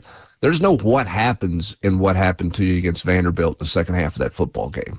And so I think when those moments happen, you absolutely have to take a deep dive, and you don't get caught up in, well, we're just a play away, or we're just 2 plays away, or 6 plays away, or whatever we've heard coaches say in the past. And Josh Hypel makes a lot of money to lead and direct this football program, and there's obviously pressure to win. He knows that pressure more than anybody on the outside knows that. He understands expectations more than anybody on the outside does. So, yeah, I mean, he knows what's in front of him. The question is, what's his answer to it? What does he believe the problems are? Does he believe that it's off-season training? Does he believe – what does he need – what does he think they need to do to be mentally stronger, to be more physically imposing in the line of scrimmage and things like that, you know, lots of people think that they need to be. I mean, he has to have self-awareness. If you don't, then you're not going to succeed. This is the CEO time of the head coaching world. This is not about the grease board and zeros and squares and drawing up stuff. This is, you're wearing your CEO hat. You're looking at things from a 30,000 view and the overview of your football team. You're not in the trees right now game planning, and you have to figure out what is the next step for your program to continue to try to be at a championship level. Why didn't you get there this year? What was the cause, and what do you need to do to ensure that you get back to being in the quote hunt to be in the playoff race every year? Because that's the expectation at Tennessee. Brent Hubs of VolQuest, presented by Ascend Federal Credit Union. Brent, appreciate it as always, and hope you get to enjoy a Saturday off for the first time in quite some time. We'll watch a little ball, and we got a little basketball going on. Obviously, It's a big weekend for Tennessee hoops as well. So it never stops, but that's good. That's why we love our business. It never stops. No doubt. Taking on Illinois right here in Nashville at Bridgestone. All right, Brent, appreciate it, man. Appreciate it, Hubs. All right, thanks, guys. Brent Hubs of VolQuest on 3 Sports. That's on Saturday. Yeah, Tennessee, Illinois, over at Bridgestone Arena. We'll react to some of that from Hubs, 615-737-1045, and take your phone calls next.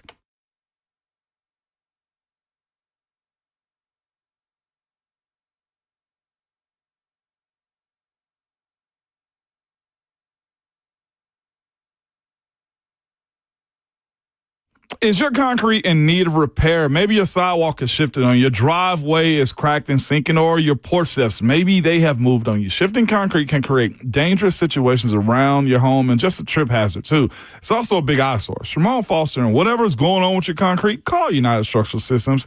Ask them about their polyurethane foam injections. You've heard about USS for a long time. It's the same company that's provided superior foundation repair and waterproofing to Middle Tennessee since 1994. Well, they can also fix your sunken or settling concrete. USS uses polyurethane foam injections to lift and repair your sinking concrete in a matter of minutes. Lifted concrete can be walked on immediately or even driven on after about 30 minutes. So don't go through that long, expensive process of ripping out and replacing concrete. Reach out to the company I trust, man. You can go to USSTN.com.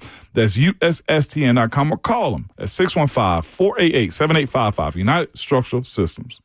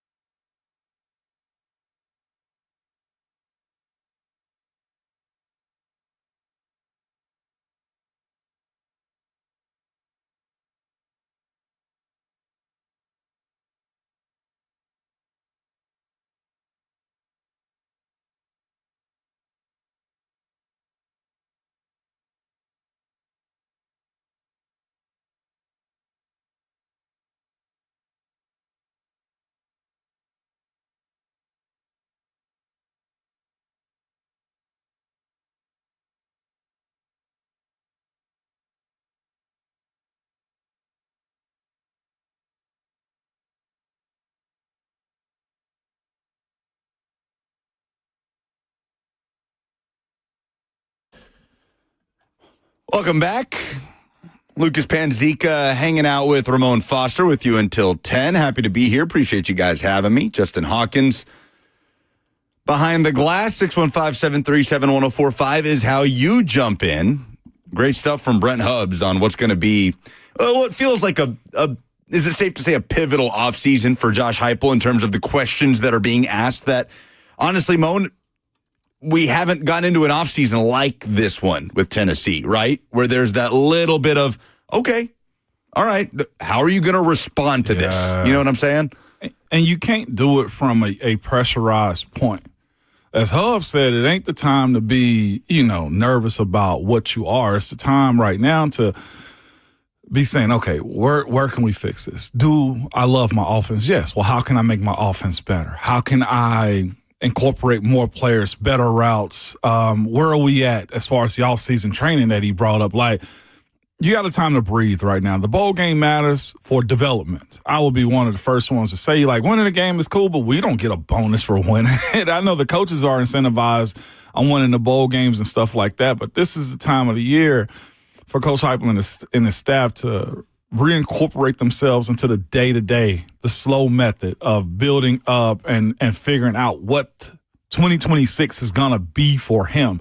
I don't think Hypel is in any way, especially with the recruiting class that he just brought in, is, on a hot seat or the stove has been turned on. That's one thing I will say is Danny White chose him. I do think they're lockstep together and how their relationship is, with the president and the chancellor also, Randy Boyd, Dundee Plowman. He liked the projection of it. But at a certain point, I remember the first day I came in here on this job, like I was just like, oh, yeah, I'm ready. I wasn't ready. Maybe some people still think I ain't ready 5 years later. But you want to get better. That, to me, as far as what Brent Hubs was saying to us, is where Hypel has to be, too. Where are we lacking, and how do we stop that lack from showing up on game day? 615-737-1045. Let's go to the phones. Paul in Franklin wants to talk about some of the action in Chattanooga this weekend. Good morning, Paul. Good morning, Paul. Hey, good morning, Big Ragu. Big Ragu, brother. Yes. Nothing but love for you. Always ready in whatever you do, brother. I always got your back. I appreciate that, always. Paul. I love that, Let's Paul. jump right into it. It's great to be alive and be in Tennessee. Look, I want to say something about the Vols right quick.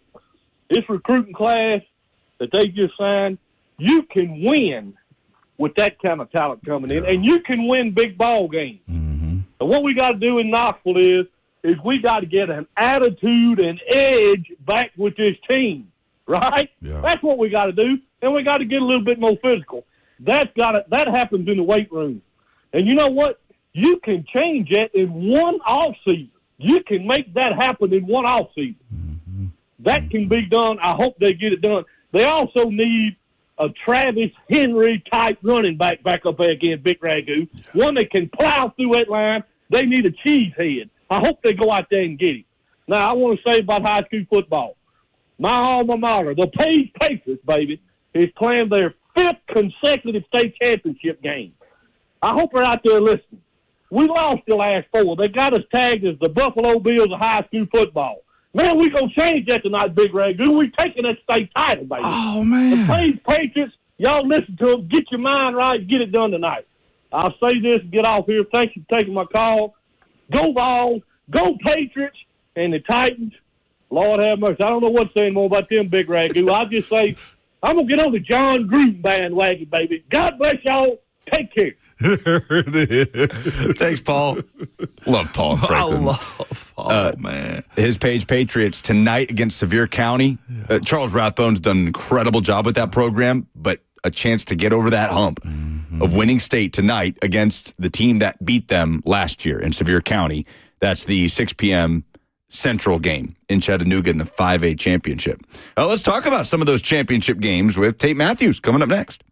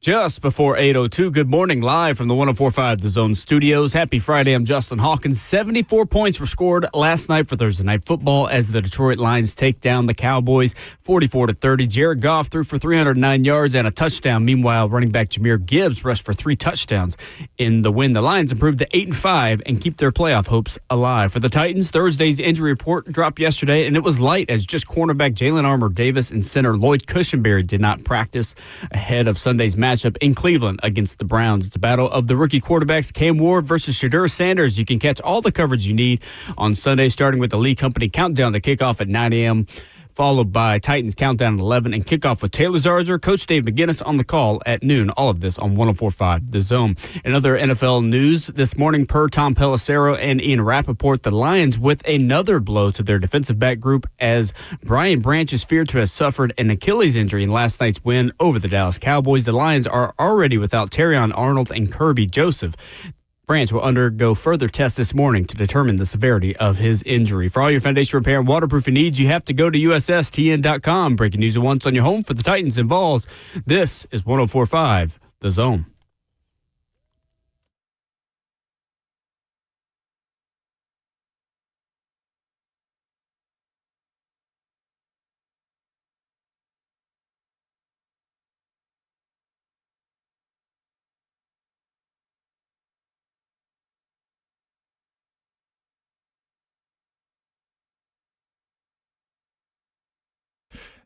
At least once a show when I step in here and get to do this with you guys, the morning brain infiltrates and I'm teasing something that's coming up in an hour, not in the next segment. So my apologies. Tate Matthews will join us at 9.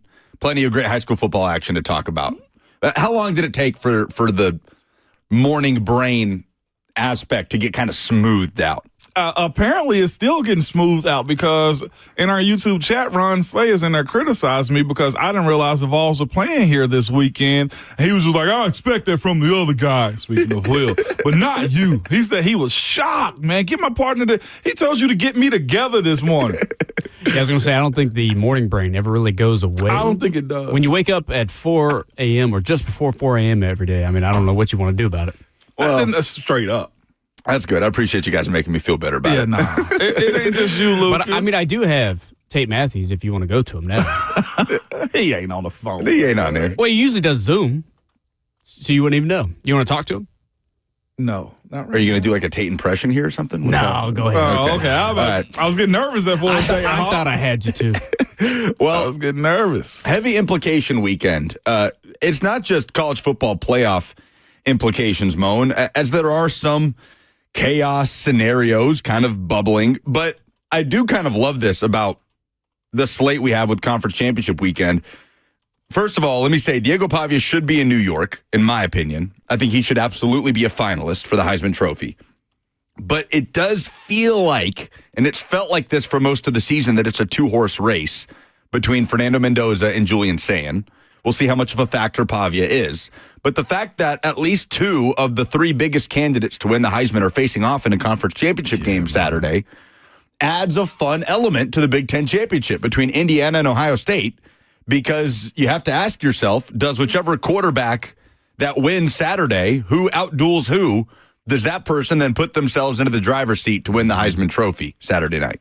I think it does, at least on the opposite of who outperformed who. Now, if Ohio State, the team, goes out and beat Indiana, that's a different conversation. They hand the ball off and there's 200 yards on the ground. Does that also count against Fernando Mendoza too at IU? You know what I'm saying? Like if it's a ground winning game, and they could employ a game plan to do that too. But in these type of scenarios, I always look at how coaches set their players up for these moments. If this is, to your point, a Julian Sayin game or Fernando Mendoza battling and dueling each other, how do you keep them successful? How do you keep the pressure off of them as a coach? If you're Ryan Day, how do you keep Julian Sayin chill? If you're a wide receiver that's catching the football from him too, because there's so many other factors that go into these dudes winning this duel. I think the best case scenario for each one of them, for us in entertainment situations, Lucas, is to see both of them throw for like 350 yards and 2 touchdowns and go into overtime. That's the game I want. But it will matter. Voters, like I know, are very fickle. they go with what's hot. They go with what they saw and not what they actually know sometimes, because those are two separate items at times, man. So I want to see a duel. How they go about getting to this point, though, Lucas, I don't know. I couldn't imagine being a young quarterback in these situations, knowing that the most prestigious college award, the Heisman, is based upon how you're going to play in your conference championship that may also catapult you or nosedive you into the college football playoffs, too, because a bad loss leaves a lot of questions for IU or for Ohio State. 615-737-1045 is how you jump in. Also on YouTube, Facebook, Twitter, and Twitch on the F&M Bank chat, 1045 The Zone TV. Terraw, Terraw, if I'm saying that right, on the F&M Bank chat says Mendoza ain't doing that against Ohio State. But that's the fun part about this weekend. That's what we get to figure out about Fernando Mendoza, not just for the purposes of the Heisman Trophy, but for the number 1 overall pick. I don't know that you can draw up a better test for a quarterback than what Mendoza is going to see with that Matt Patricia defense. Has that gone, by the way? I mean, has that just shattered everybody's expectations? When they hired Patricia to come in, it was like, okay, interesting, right? No question about his pedigree and what he did at New England. But I think there was an element of, there was some damage there done to his reputation with how things happen. Comes back as the offensive coordinator in New England and all these things. But, Moan, they have been so dominant. For what Mendoza is going to see on Saturday is about as close to what you would see at the NFL level as you could possibly get, I think, at the college football level. I'm just fascinated at the challenge that's kind of presented to him. I do want to ask you, off the top of your head, I'm looking at FanDuel Sportsbook, who do you think is the favorite currently? Could rank the 3 if you could. I already looked at it. My bad. Oh, all right. You're straight. I was shocked though. Fernando Mendoza, Diego Pavia, and Julian Sayin. See, you're an honest man. I would have just lied and just pretended to guess. I'm never good at these guesses. That's the thing about it. You can ask me, Lucas, whose song is this? And I'll say Dr. Dre, and it's a whole damn country song, okay? That's just me, man. I lock into what I like. But what I'm saying is this. I think it's Fernando Mendoza, and they got him as the favorite for this reason. It's the shock value. It's the you're not supposed to be here component of it, too, which is why I said, and I know I got Tara, or Lady Tara, said that,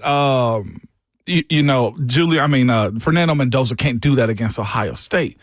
All Indiana has done is just knocked everybody over the head, and they got a coach in Kurt Cignetti that is absolutely just pouring in that mindset to them that nothing is too big, nothing is out of the realm of what they can do.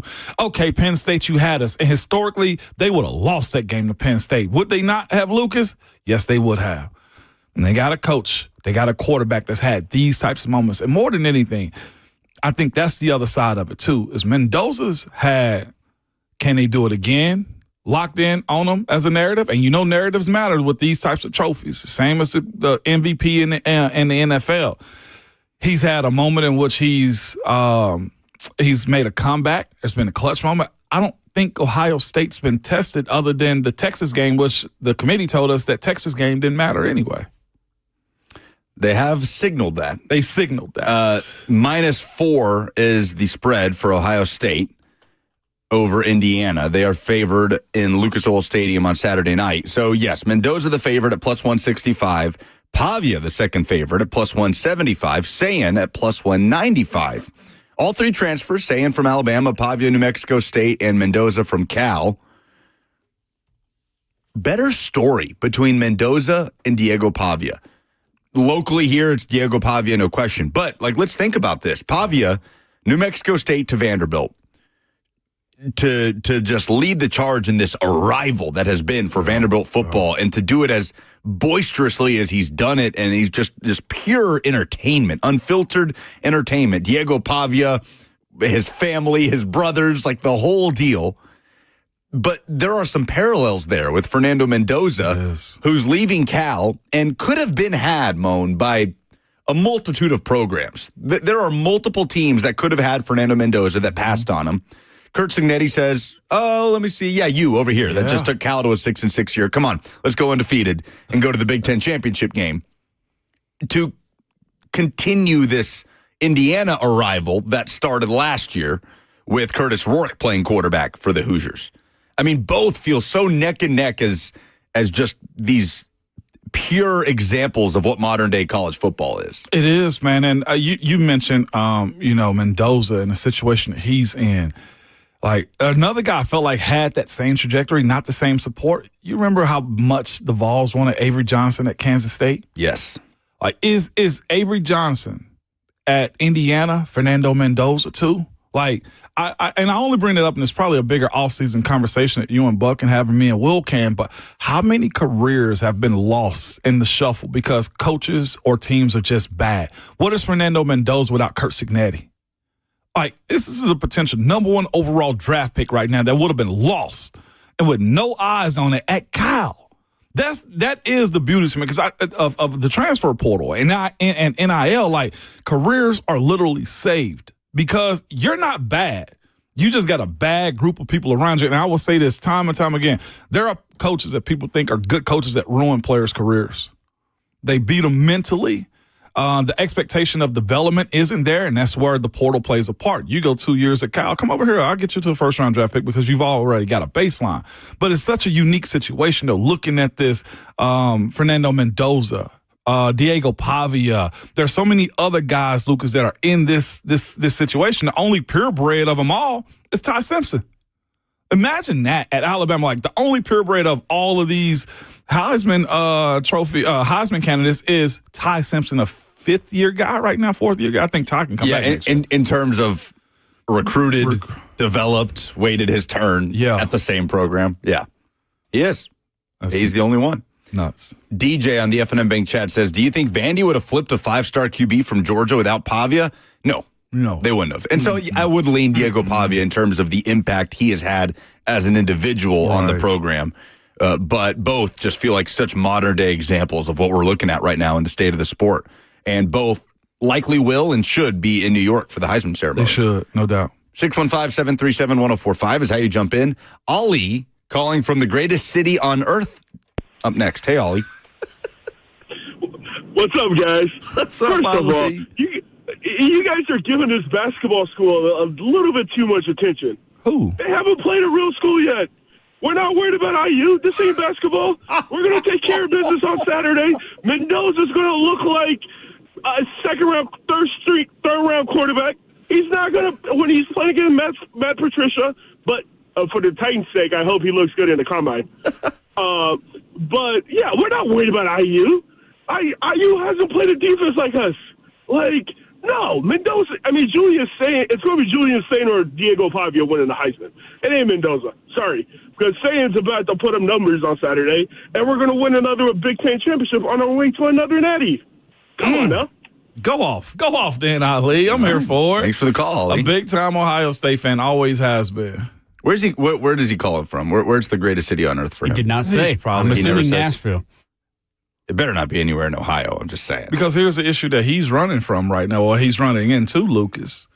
If it's Nashville, cool. But if he's on his way to the Big Ten championship, where is that at? Indiana. Mm-hmm. And if it's not Indiana, then he's talking about Columbus. And it definitely ain't Columbus. It ain't Columbus. So is he talking about Indiana? Is he a Colts fan? Ali, are you a closet Colts fan? I hope that was him calling back right there, too, just to clear it up. Just to clarify where he's calling from. Yeah, let us slander him real quick. No, it is not Ollie.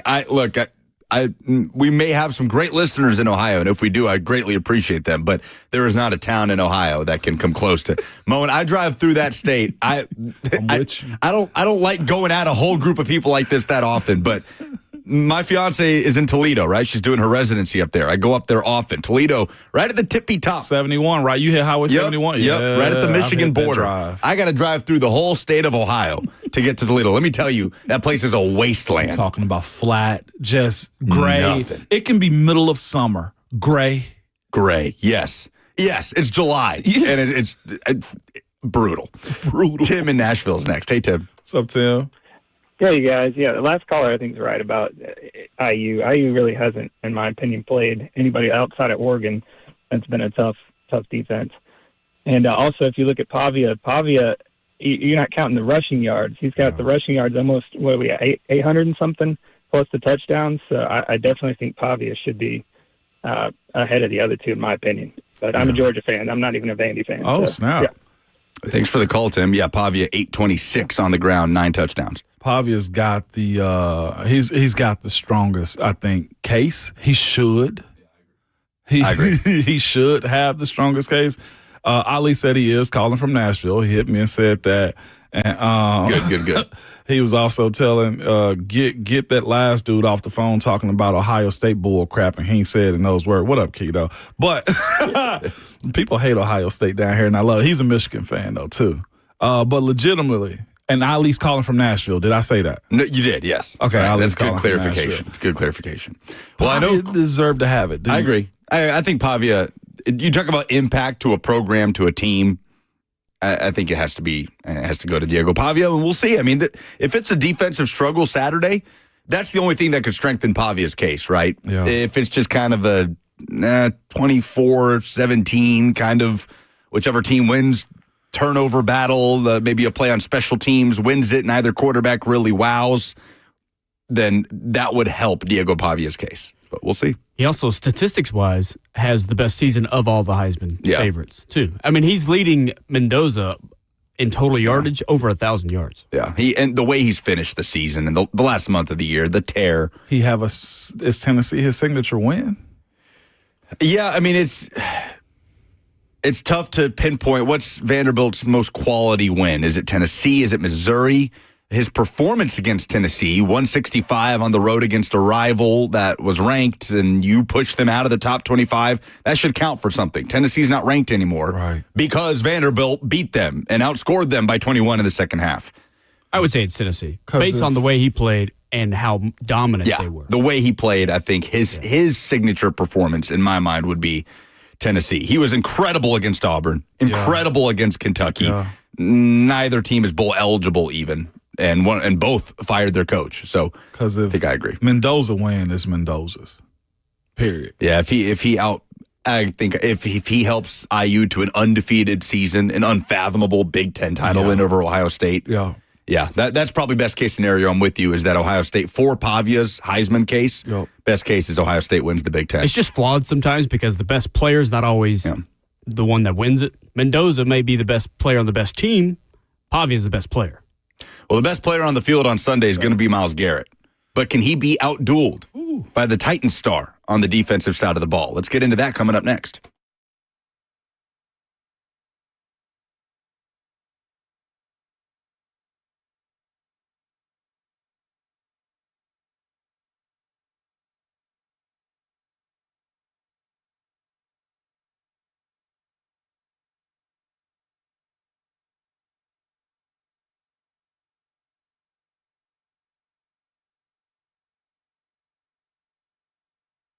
Man, I got to give a major shout out to medical house calls. Y'all, I woke up yesterday with just this ick, man. My head was hurting. Head was just stuffy. Okay, I felt like crap. And Lucas Penzica will tell you, man, I was not me yesterday, man.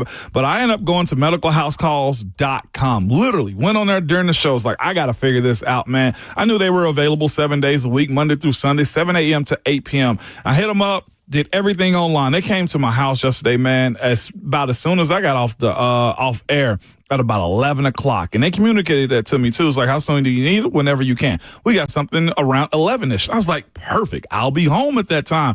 The young lady that came by, man, administered the IV to me, put those great vitamins in me, the cocktails that I needed, man. And I am a totally different person this morning from yesterday to today, man. For a flat fee, I got an evaluation. I got my IV. I got the meds that I needed, and I am back. Listen to me. If you wake up any day feeling that sort of way, reach out to the company and the people I trust, man, and that is Medical House Calls. You can go to their website now at medicalhousecalls.com. You can call or text them, and they will get right back to you at 615-838-2375. Make sure you tell them that Ramon sent you.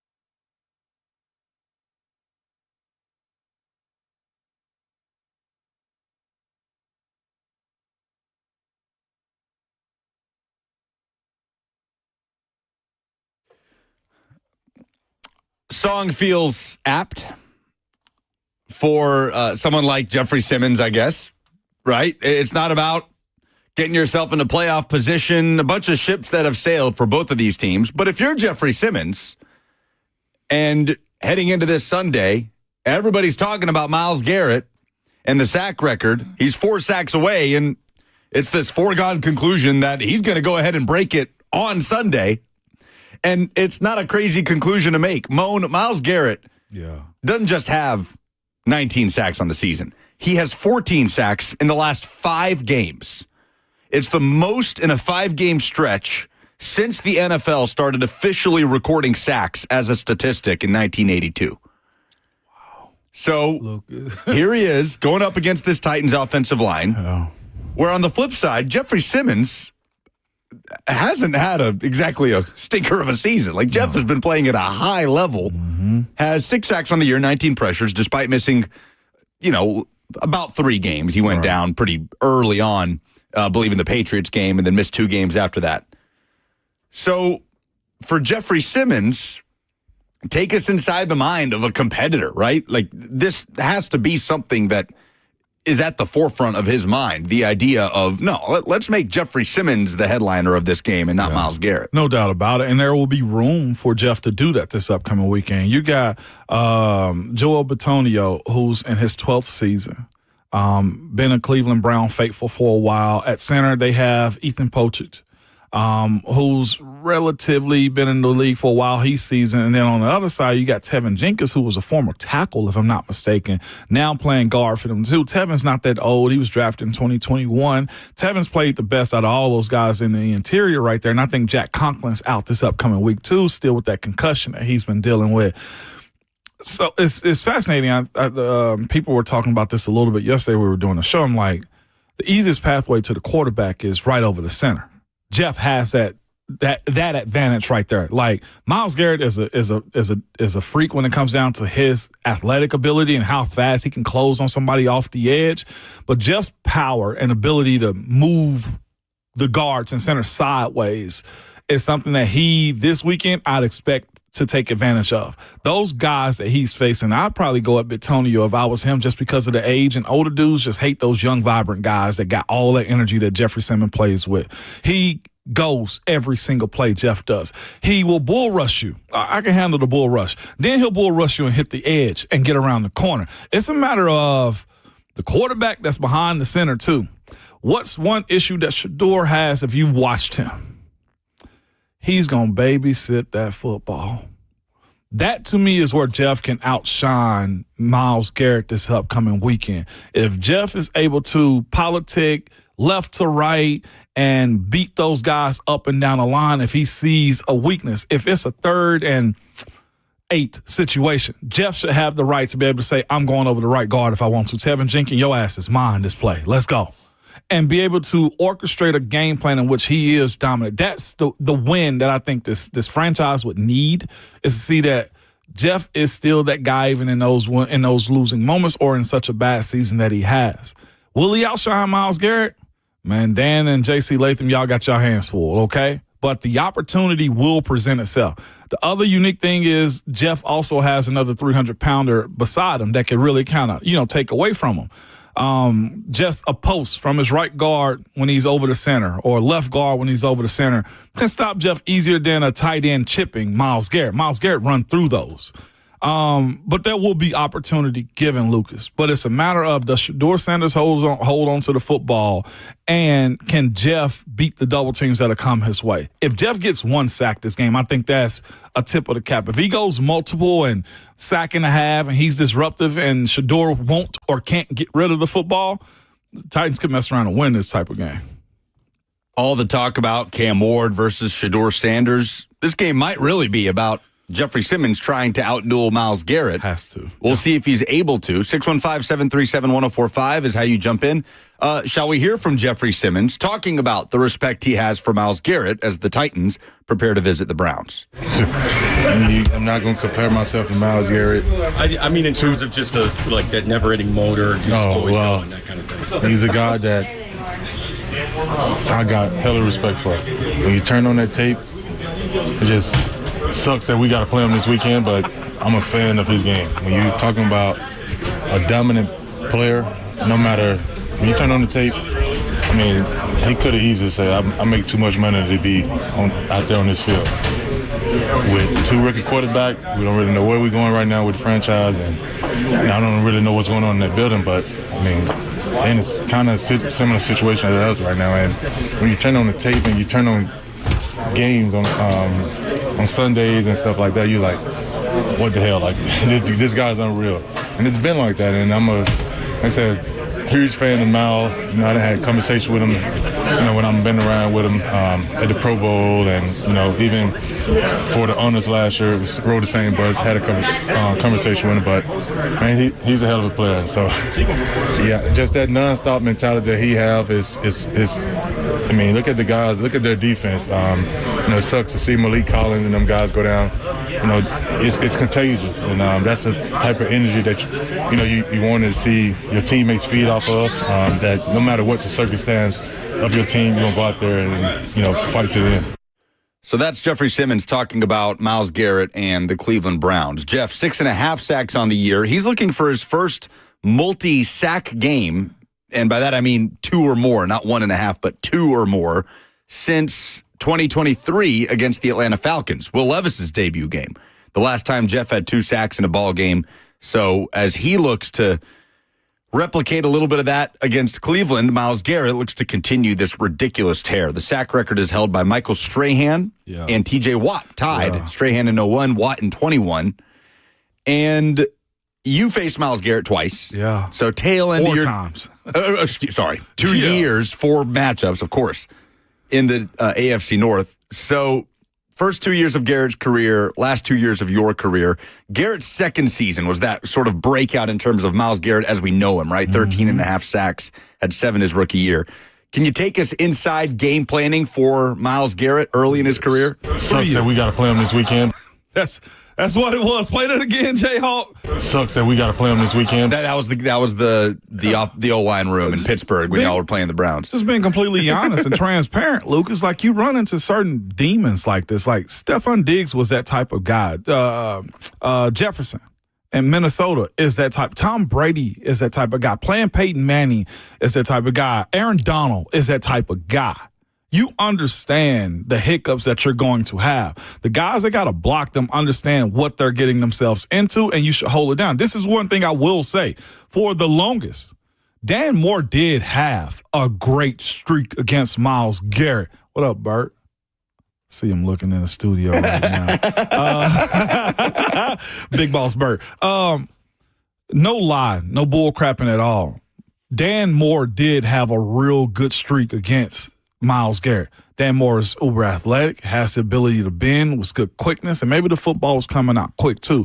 But as for us, when we saw Myles Garrett coming into the AFC North, we didn't have a meeting about it, but the understanding that it was going to be different. It was 2 guys that came into the AFC North. I feel like that we knew were going to do something from Cleveland. That was Baker Mayfield. You knew he was the type of guy that they needed, and the other one was Myles Garrett, legitimately. Nobody else put worry on us and saying, oh, Lord, we got to go face him. We're beat him still. But that's just the guy, the player, the phenom that Myles Garrett is. And he's gotten even better with it. I remember being on the field with him in like 17, and he did a move, and he beat the tackle, came underneath. And I'm right there to stop him. And I'm laughing because I'm like, man, we saw this crap. You're a young guy, man. I know that move before you was going to do this move. And we're actually chopping it up on the field. He's a very pleasant guy. That's why I think he should, if he does go on and break this record, could be the MVP if Drake May don't take off the way he's been doing it still. Myles Garrett fits the bill. And I remember watching it. I remember talking to him that day, and I was just like, I got him. I talked him into not wanting to go hard. I would do those types of things with guys like, man, I told him, you're going to be really good in this league. He's smiling, all giddy and stuff like that. The difference between that guy in 2017, 18, and 19, when I saw him, he realized can't nobody on this earth mess with him. And I know Trent Williams is 39 years old, but Trent Williams don't ever show any weakness at all. If y'all go back, I'm a football savant. I love this type of stuff. If y'all go back and look at one clip, look at Myles Garrett. You can type it in anywhere. Myles Garrett versus Trent Williams. George Kittle's coming across to chip him. Myles Garrett sees and diagnosis in rhythm when the ball is snapped. Kittle is running across the formation, about to chip, and you know the chip is coming. Myles Garrett takes one big step, hop inside. Trent Williams doesn't even touch him. You know, one thing to say, watch out as a lineman. Trent Williams just stood there, knew that a massacre had happened behind him. Are you seeing it? Yeah. No, I know the play you're talking about, and multiple Titans players referenced it. He clears like 4 yards in one stride. That's what he was able to do. Like, when he came into the league, we were told he was like Lawrence Taylor with Von Miller's bend at 6'4", 280. What do you do with that, Lucas? Yeah, what sometimes you just say, hold on, this ride gonna end soon. And I don't say that in a fair way. It's just out of respect for what this MFer can do. Like, and he's proven that. And now, like I said, when we were rapping on the field in his first, second, and third year, it was more just like he was happy to be there. And man, I know I got this type of talent. Now, y'all ain't got nothing. You can't do anything with him. Yeah, just look at Trent Williams' reaction. Trenton's just like... he just stops. He just throws his hands down and said, this is happening. Yeah. There are few players I got respect for in this league just as the players in general. Trent Williams is top 5 to me. Aaron Donald's in that top 5. Brady's in that top 5.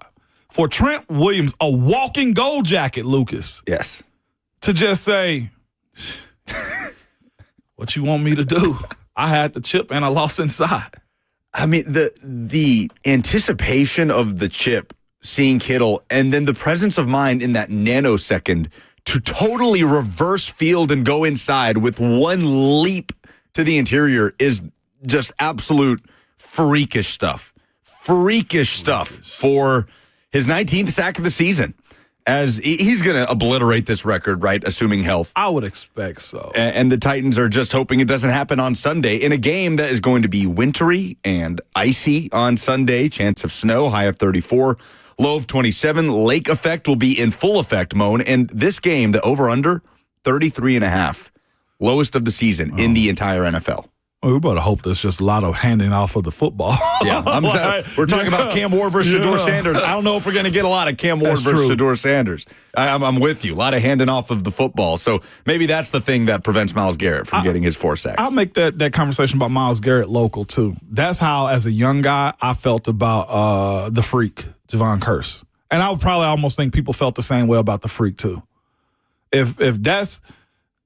Strahan didn't do it for me. Osi Umeara didn't do it for me. Von, I respected it, but it didn't do it for me too. Like, as far as like, oh, this guy's 6'4", 6'6". He runs like a deer. He can jump and he can go play NBA. Julius Peppers, another one.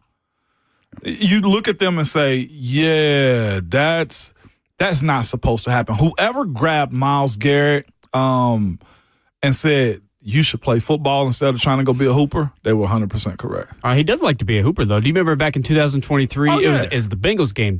He was in the backfield, like if he was a linebacker, and he was doing his little dribble move. A crossover move and immediately over the center. Blew past the center and just got hands on Joe Burrow. Insane. Man. There's no one in this league more confident in his game than Myles Garrett. He worked for it, too. Yeah. The thing I remember, the thing that sticks out to me about Myles Garrett, like early days Myles Garrett when he was at A&M, his love for dinosaurs. I remember when CBS did the feature, and it's like a big cheesy smile, and it's just like dinosaurs. He just loves dinosaurs. Doug brought up in our chat, J.C. Latham might retire after this game. If J.C. doesn't pivot or learns how to anchor or don't stop drifting on his pass set, he ain't going to retire, but he going to leave out that game thinking, what the bleep did I get myself into? Well, last time the Titans went up to Cleveland, Myles Garrett was giving Andre Dillard pointers after the game. So hard to get worse than what happened in that 27-3 loss in Cleveland. By the way, it should be said, Jeffery Simmons, I don't think we've mentioned it, was named the Titans nominee for the Walter Payton NFL Man of the Year. 3rd year in a row, which has not happened in the Titans era. So congrats to Kevin Carter did it in 2002 to 2005. But not 3 consecutive years is what we were told. It was? Yeah, 2002 to 2005, Kevin Carter did it. Really? Mm-hmm. I thought that was 3 out of 4 years that he did it. No, Jarrell did it 3 out of 4. Okay. According to their statement, that's Understood. They say Kevin Okay. Gardner. We were talking in here about it yesterday. Thank you, Jayhawk, for that correction. Either way, Jeffery Simmons, all the work he does in the community, well-deserved. Really cool. Jelly Roll surprised him with the announcement at the facility, and the Titans did some good stuff that you can see on all their socials. Jeff's Give Him a Reason Foundation, right? Yes. Yes. Conference championship weekend in college football. What's the best matchup? We'll talk about it next.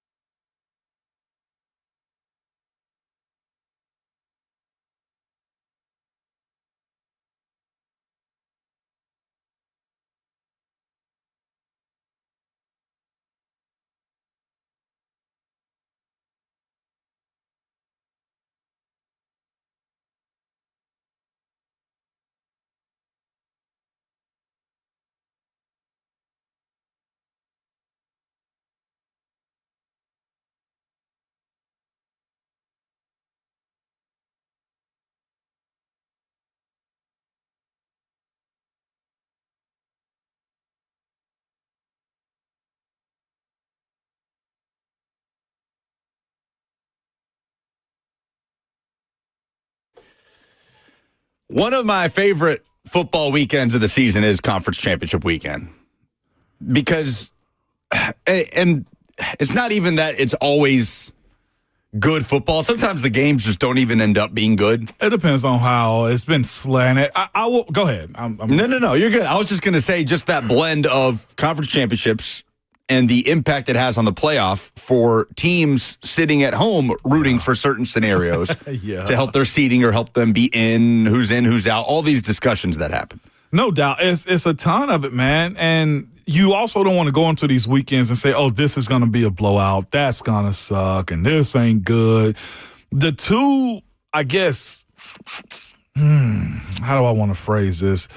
The two games that's kind of got me iffy about how it could go, it could be a blowout or it could just be boring, is most definitely, first and foremost, the ACC championship should not be in the late slate. Okay, like I'm glad it is. We can put on dual view, multi-view, and watch them at home because that'll be the same time that the Big Ten one is on. But Virginia versus Duke, okay. All right. And then the other one, I'll be honest with you, I don't know how to gauge, is Alabama, Georgia. Bama's had Georgia's number as of late with Kalen DeBoer. So what does Kirby do this time of the year? If you also beat him, Kirby in Georgia, does that knock Alabama out? You know, I'm sure there's, to your point, sitting at home and having rooting interest on who wins and who loses. Like, this is a big conversation. I'm most interested because I hadn't seen them a lot and I really want to see what this looks like. Texas Tech, BYU. I'm more interested in that one, and not what Ohio State can do, Lucas, but what does Indiana look like? And is this Ohio State's biggest challenge? Because Michigan wasn't a challenge this year. It's the first time that Ohio State woke up on a Saturday morning and said, we're better than you, Michigan, and they actually proved it, and it looked like it too. What is Indiana? I know they beat Oregon, but what is Indiana this upcoming weekend? With the Heisman at stake, reputation at stake. You got your $13 million a year coach in Kurt Signetti that pretty much got Penn State in shambles right now. I joke a little bit about that. But my point is this. This is as fascinating as you can get aside from Duke and Virginia. Texas Tech, BYU, the early game, 11 a.m. When you talk about playoff implications, right, it really comes down to Texas Tech, BYU, and UVA Duke for obvious reasons, right? Yeah. If Duke wins the ACC, they ain't getting in. This is a team that lost to UConn, that has 5 losses. The ACC will not be in the playoff unless BYU ends up losing to Texas Tech, and then that drops BYU, and they're out of the playoff. At 11-2, both losses against Tech, but it is what it is. That game was not competitive in the regular season. If it's a repeat of that and BYU gets housed in the ACC or in the Big 12 championship game, they're dropping out. They're number 11 right now. They're on the outside looking in anyway. They're not going to be in the playoff. And then the question is, what happens? How do you justify if BYU is going to fall from 11 and Miami naturally gets bumped up to 11 and is sitting there right behind Notre Dame for that last spot? Notre Dame currently has the last spot in the playoff. How in the world do you justify, as the committee, putting Notre Dame in one spot ahead of Miami, who has the head-to-head and the exact same record as Notre Dame? How would you possibly justify that? All of this griping and moaning and groaning about Miami being behind Notre Dame, despite having the head-to-head. Could there be a scenario where if BYU does lose that Big 12 title game and Miami is moved up to 11, the committee, even just by fear of what the backlash would be, ends up booting Notre Dame out of 10 and Miami backdoors into the playoff?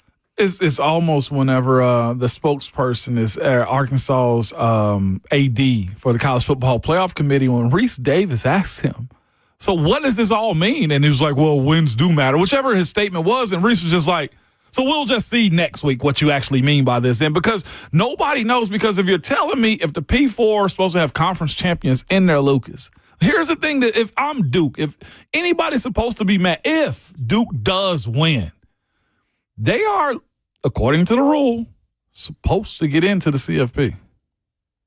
Supposed to. The rule is the 5 highest ranked conference champions. The 5. It's not the P4. not every P4 conference has to get in. That's on me then. It's the top 5 highest ranked. So that's why JMU could get in because they're ranked higher than Duke. So if Duke wins, cool, you get a trophy. You get a ring. Right. You win. Move on. You win a Power 4 conference. Yeah, go to a bowl game. Right. That's the chaos right there. Is James Madison right now is the number 25 team in the country. They're favored by 23.5 against Troy in the Sun Belt. By the way, James Madison making their hire. Did you guys see this? I did. Billy Napier. Sun Belt Billy. He'll do fine. In the G5. Oh, it's a great hire. It's a great hire. By JMU. But everybody that's gone to that job has also gotten a bigger job, too. 100%. Here's a caveat. If Duke beats Virginia, are they ranked? If Duke beats Virginia. Do they get ranked ahead of JMU? No, I just don't see it. I don't see it. Virginia's only ranked 17. Yeah. The playoff committee is terrible. I don't see it. They could. Now, if that's chalk and Virginia wins, obviously they're in as an ACC team. And if Texas Tech beats BYU, then, or rather, if BYU beats Texas Tech, then they're both in. BYU's not, or Texas Tech isn't going to drop from 4 to out of the picture.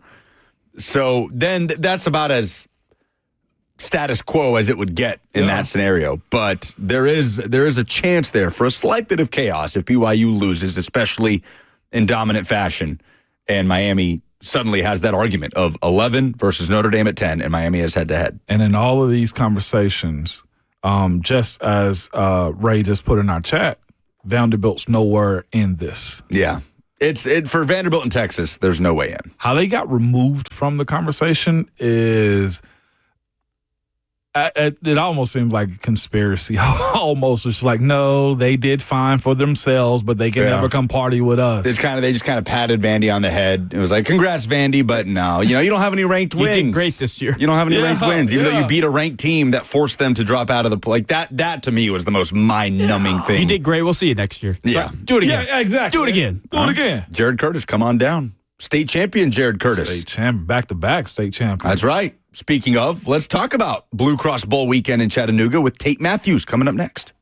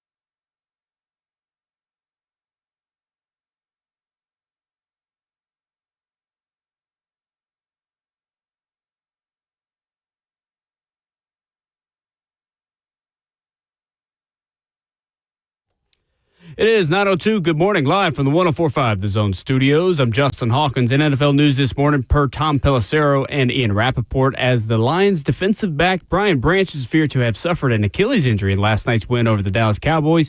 Branch will undergo further tests this morning to determine the severity of the injury. For the Titans, the Thursday injury report yesterday was light, as just cornerback Jalen Armour-Davis and center Lloyd Cushenberry did not practice ahead of Sunday's matchup in Cleveland against the Browns. So it's a battle of the rookie quarterbacks Cam Ward, Shadur Sanders, and you catch all the coverage you need with the Lee Company countdown to kickoff at 9 a.m. on 104.5 The Zone, followed by Titans countdown at 11 and kickoff with Taylor Zarzour, Coach Dave McGinnis on the call at noon. It's championship weekend in college football, and it all starts tonight at 7 on ABC with North Texas battling Tulane in the American Conference. Tomorrow at 11 on ABC, it's BYU versus Texas Tech for a rematch in the Big 12 championship. Then at 2:30 on ABC is the SEC championship between Georgia and Alabama. You can also hear the SEC championship right here on 104.5 The Zone starting at 2 p.m. And finally, Saturday night, it's the Big Ten championship at 7 on Fox as battle of number 1 versus number 2, Ohio State versus Indiana. And on ABC, also at 7 p.m., it's the ACC championship with Virginia and Duke. For all your foundation repair and waterproofing needs, you got to go to USSTN.com. Breaking news at once on your home for the Titans and Vols. This is 104.5 The Zone.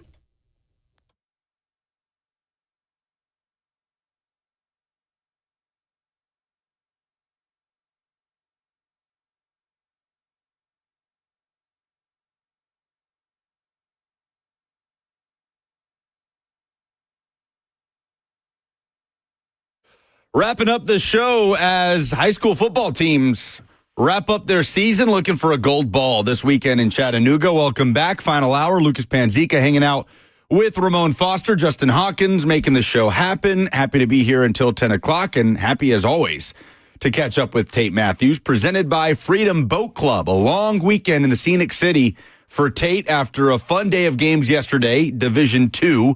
Congratulations to state champions BGA, as well as Nashville Christian and Baylor School edging out Brentwood Academy. That was a fun game down to the wire under some cold rain at Finley Stadium. Tate, good morning.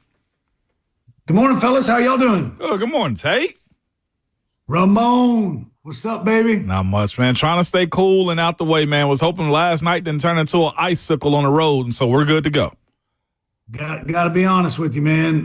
Was very excited about that game, watched every snap, but may or may not have had to relocate to a restaurant to watch it on TV. That was some rough weather.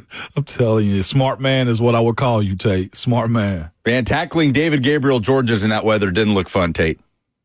It did not, but I tell you what, it was awesome to watch. And first of all, I read in the newspaper today or online that DGG's the number 2 running back in the 2027 class. I would like to know who the number 1 is, because I find it hard to believe. But what was so cool about it, man, because we're a mid-state station and a mid-state show, right? He was not the best running back on the field last night, and that's because number 2, Larry Sanders II from Brentwood Academy was. Man, what an unbelievable performance.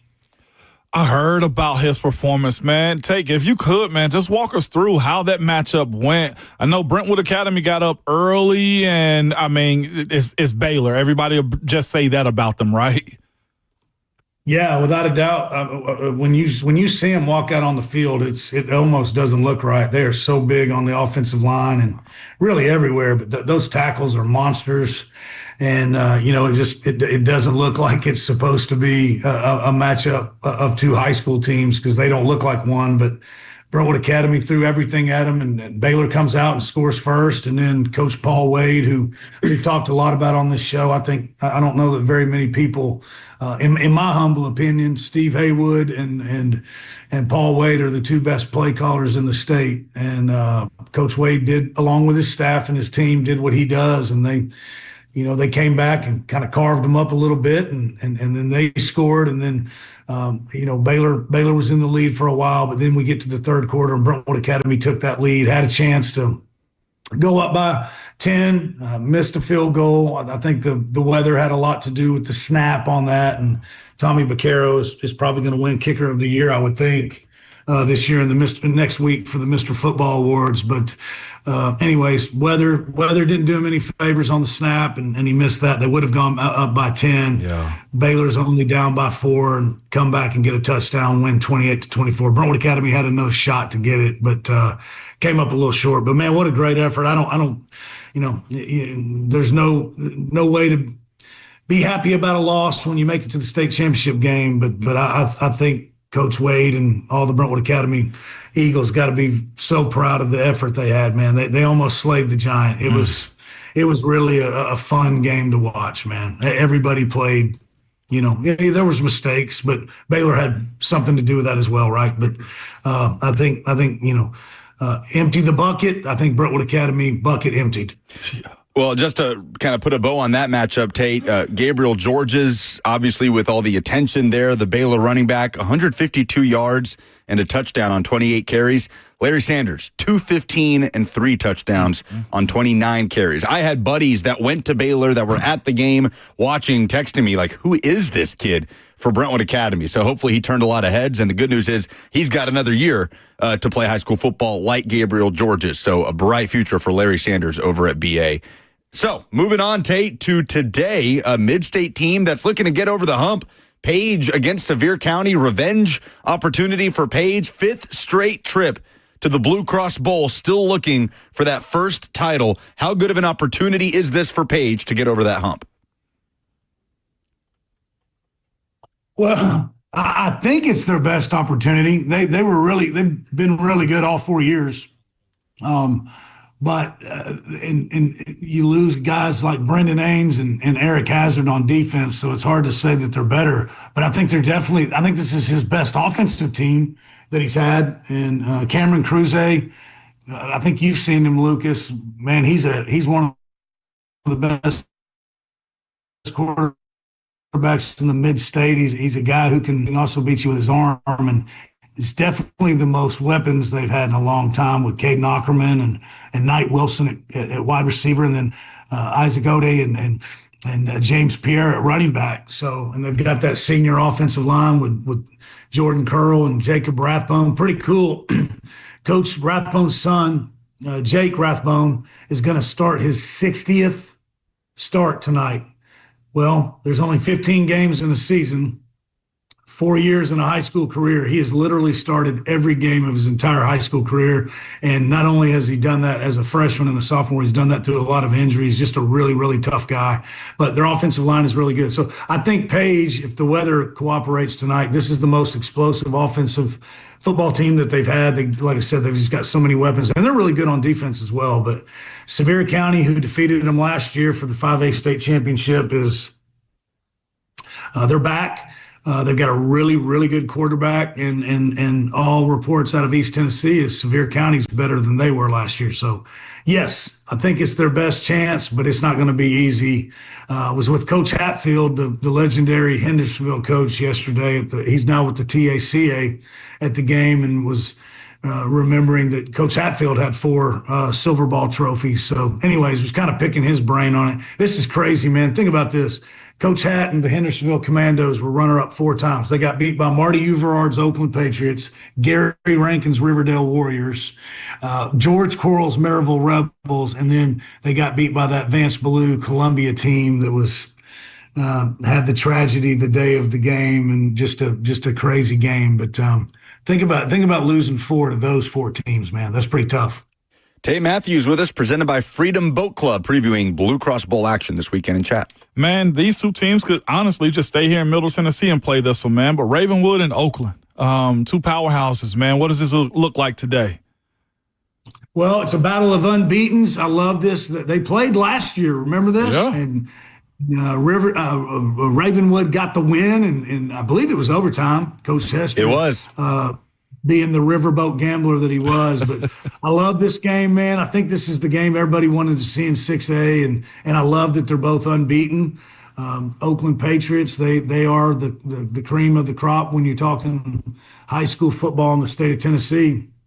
But I really like this Ravenwood team. I was actually at the CPA Oakland game and the CPA Ravenwood game, so got to see both of them. everybody knows that this is the Oakland Patriots' best defense ever. Now, they are banged up. Justice Haggard is out, who is one of the best safeties in the state for Oakland. Joel Wyatt was out last week or got hurt last week. I don't know if he'll play tomorrow night. If he doesn't, that's a big change. And then their two-headed quarterback system that they have on the Oakland side, Dante Cameron got banged up in the Blackman game too. So that was even though they won 42-14, it was a really physical game with Blackman. And I don't know that Oakland's coming into this thing 100% healthy. I would think that earlier in the year, the Patriots defense was more physical, but this Ravenwood defense has gotten so much better as the year's gone on, and they've gotten so much more physical. So it's going to be a hard-hitting game in 6A, and then one last ride for Maverick Chance and Femi Babalola, the quarterback QB1 and QB1A. So it's going to have to be a high-scoring affair, I think, for Ravenwood to win it. But I think Ravenwood's got a shot, which is hard to believe because Oakland's been so good. It's going to be a great game for sure. And for the Davidson County matchup, man, the Pearl Cone and Alcoa. With Pearl Cone, man, if you didn't have an A at the end of your school, meaning MBA, CPA, or BGA, then they weren't going to lose to you except for Oakland, who's also, we just spoke about a second ago, man. Pearl looked like they had a plan, but it is Alcoa going for what, their 10th or 11th straight 11th straight championship. First in 4A. Wow. Walk us through this one. Straight. Huh? I said, walk us through this one, man. Go ahead. My bad. No, it's all good. I think my internet's not great, but no, man. So Alcoa won 10 straight in 3A, and Coach Brian Nix, which I respect the heck out of him, he bumps up to 4A, and guess what? They're back in the state championship game. They've got one loss to Greenville. But Anderson County, the regular season finale. Yeah, right. I'm sorry. Thank you, Lucas. Anderson County, Manu, their quarterback. He's probably going to win Mr. Football in 4A, and we know how loaded that class is. But Pearl Cone, they've met in the state championship game before, but it was 3A. So, but got to love what Coach Brunetti has done. They started the season off, as Ramon alluded to, 0-4. And here they are. Then they haven't lost since that fourth loss, and here they are in the state championship game. Love LJ Funk, the quarterback for Pearl Cone. He's got a really cool story. He was at Brentwood High School, and transfers to Pearl Cone. He was originally going to go to MLK and Co-op, and now he's at Pearl Cone. That's a pretty cool story. He's got to be the only Brentwood transfer to Pearl Cone in the history of the game. He's a great quarterback, and Coach Brunetti has an explosive offense and defense. But what I love about him is I don't think Coach Brunetti and the Firebirds special teams get enough credit. Hopefully, maybe in the kick return or punt return, the Firebirds can break one for a touchdown and kind of get a little momentum going. But until somebody beats Alcoa, I'll believe it when I see it. Tate Matthews, presented by Freedom Boat Club. Man, it's fun to preview these games with you all year. Tate, hard to believe that we're at the finish line here, but what can you tell us about Freedom Boat Club as we wrap up the season? Yep. It's always a sad weekend. Hey, I'm sorry about my internet, Lucas. You're good. I just thought you were speechless for a minute. Oh, no, okay, we're back. Yeah, no, it's sad, man. I always hate this. Technically, we have one more game. We got the Tennessee Athletic Coaches Association East-West Classic next week, so we have that. But yeah, it's sad. We got 2 more days of football, and hopefully we can get we almost got a sweep in D2 with the Mid-State, so hopefully we can get a few more this Friday and Saturday. It's going to be fun. I heard Ravenwood's bringing in a special motivational guest speaker, a former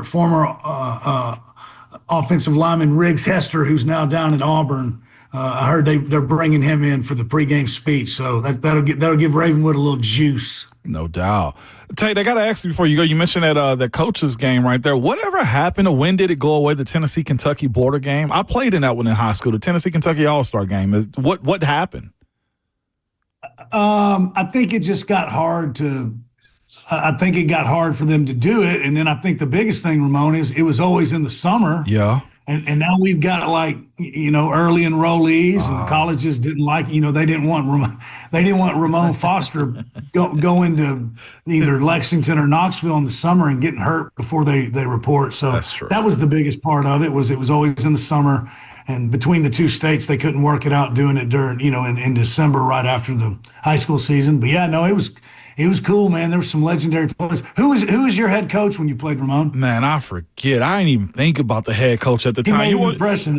Yeah, man, listen. You want to know lasting legacy. The most memorable impression I had was the first time these young fellas, all of us, had training table. There was this kid that had committed to Alcorn State, and this is like, he was a big old offensive lineman, man. And you can tell he liked to eat. We all like to eat, but this guy loved to eat. We sat down inside of Gibbs to eat lunch or dinner. He ate so much he passed gas and said, "Ooh, just clearing room for another plate." And that was the most disgusting thing I ever heard in my life, Tate. Oh my gosh, that guy probably didn't make it to the NFL. Made Ramon the man he is today. He didn't play 11 years. That's for sure, right there, Tate. Golly, Tate, appreciate it, man. Great to catch up as always. I will see you in Chattanooga. We'll be there tonight. Yep, which game are you doing? I've got 4A and 6A. So Pearl, Cone, Alcoa, Ravenwood, Oakland. Looking forward to it. Outstanding, man. Can't wait to see you. Yes, Drive sir. safe. Same to you. See Appreciate you, it. All right, Tate. Ron Slay, his Pearl Cone Firebirds are playing on Saturday. We'll talk some Tennessee hoops, maybe some high school football state championship action, and who knows what else with Slay next.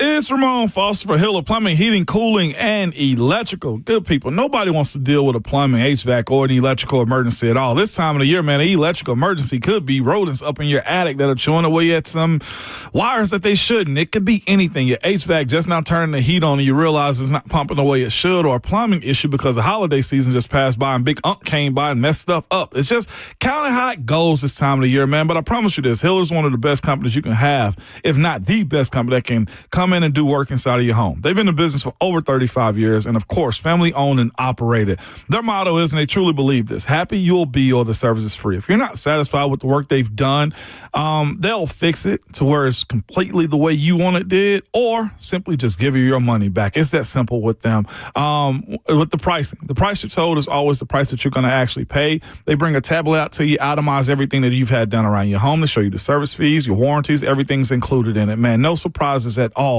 when you get your bill. Listen, if you want to book with a company that you can trust and just simply do good work, book like I do and go to happyhiller.com.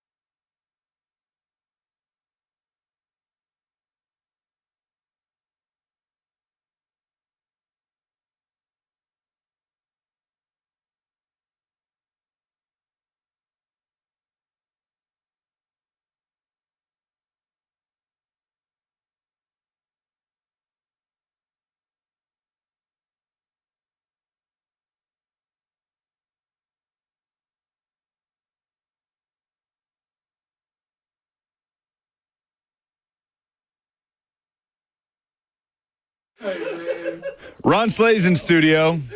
Hey, man, who was in here? That's the real storyline. That's it right there, Savage. Ain't nothing but foolery going on, man. Who was in there is the problem. Things best left off the air. Man, off the air is phenomenal, y'all. Yes. I'm just telling y'all, man. Yes, it is. We lucky to do what we do and who we do it with, man, because this is... It depends some days now. That's very true, too. You ain't wrong on that. Yeah, some days it depends, but more times than not, we going to have a ball. Man, guaranteed, man. Lucas, I knew it. As soon as he walked, you want to introduce him real quick. Every time he come in here, I just go roll. I like that. I'm excited. He doesn't need no introduction. Just move out the way. Pan just be chilling. So just say his name and then let y'all cook. You're repping today.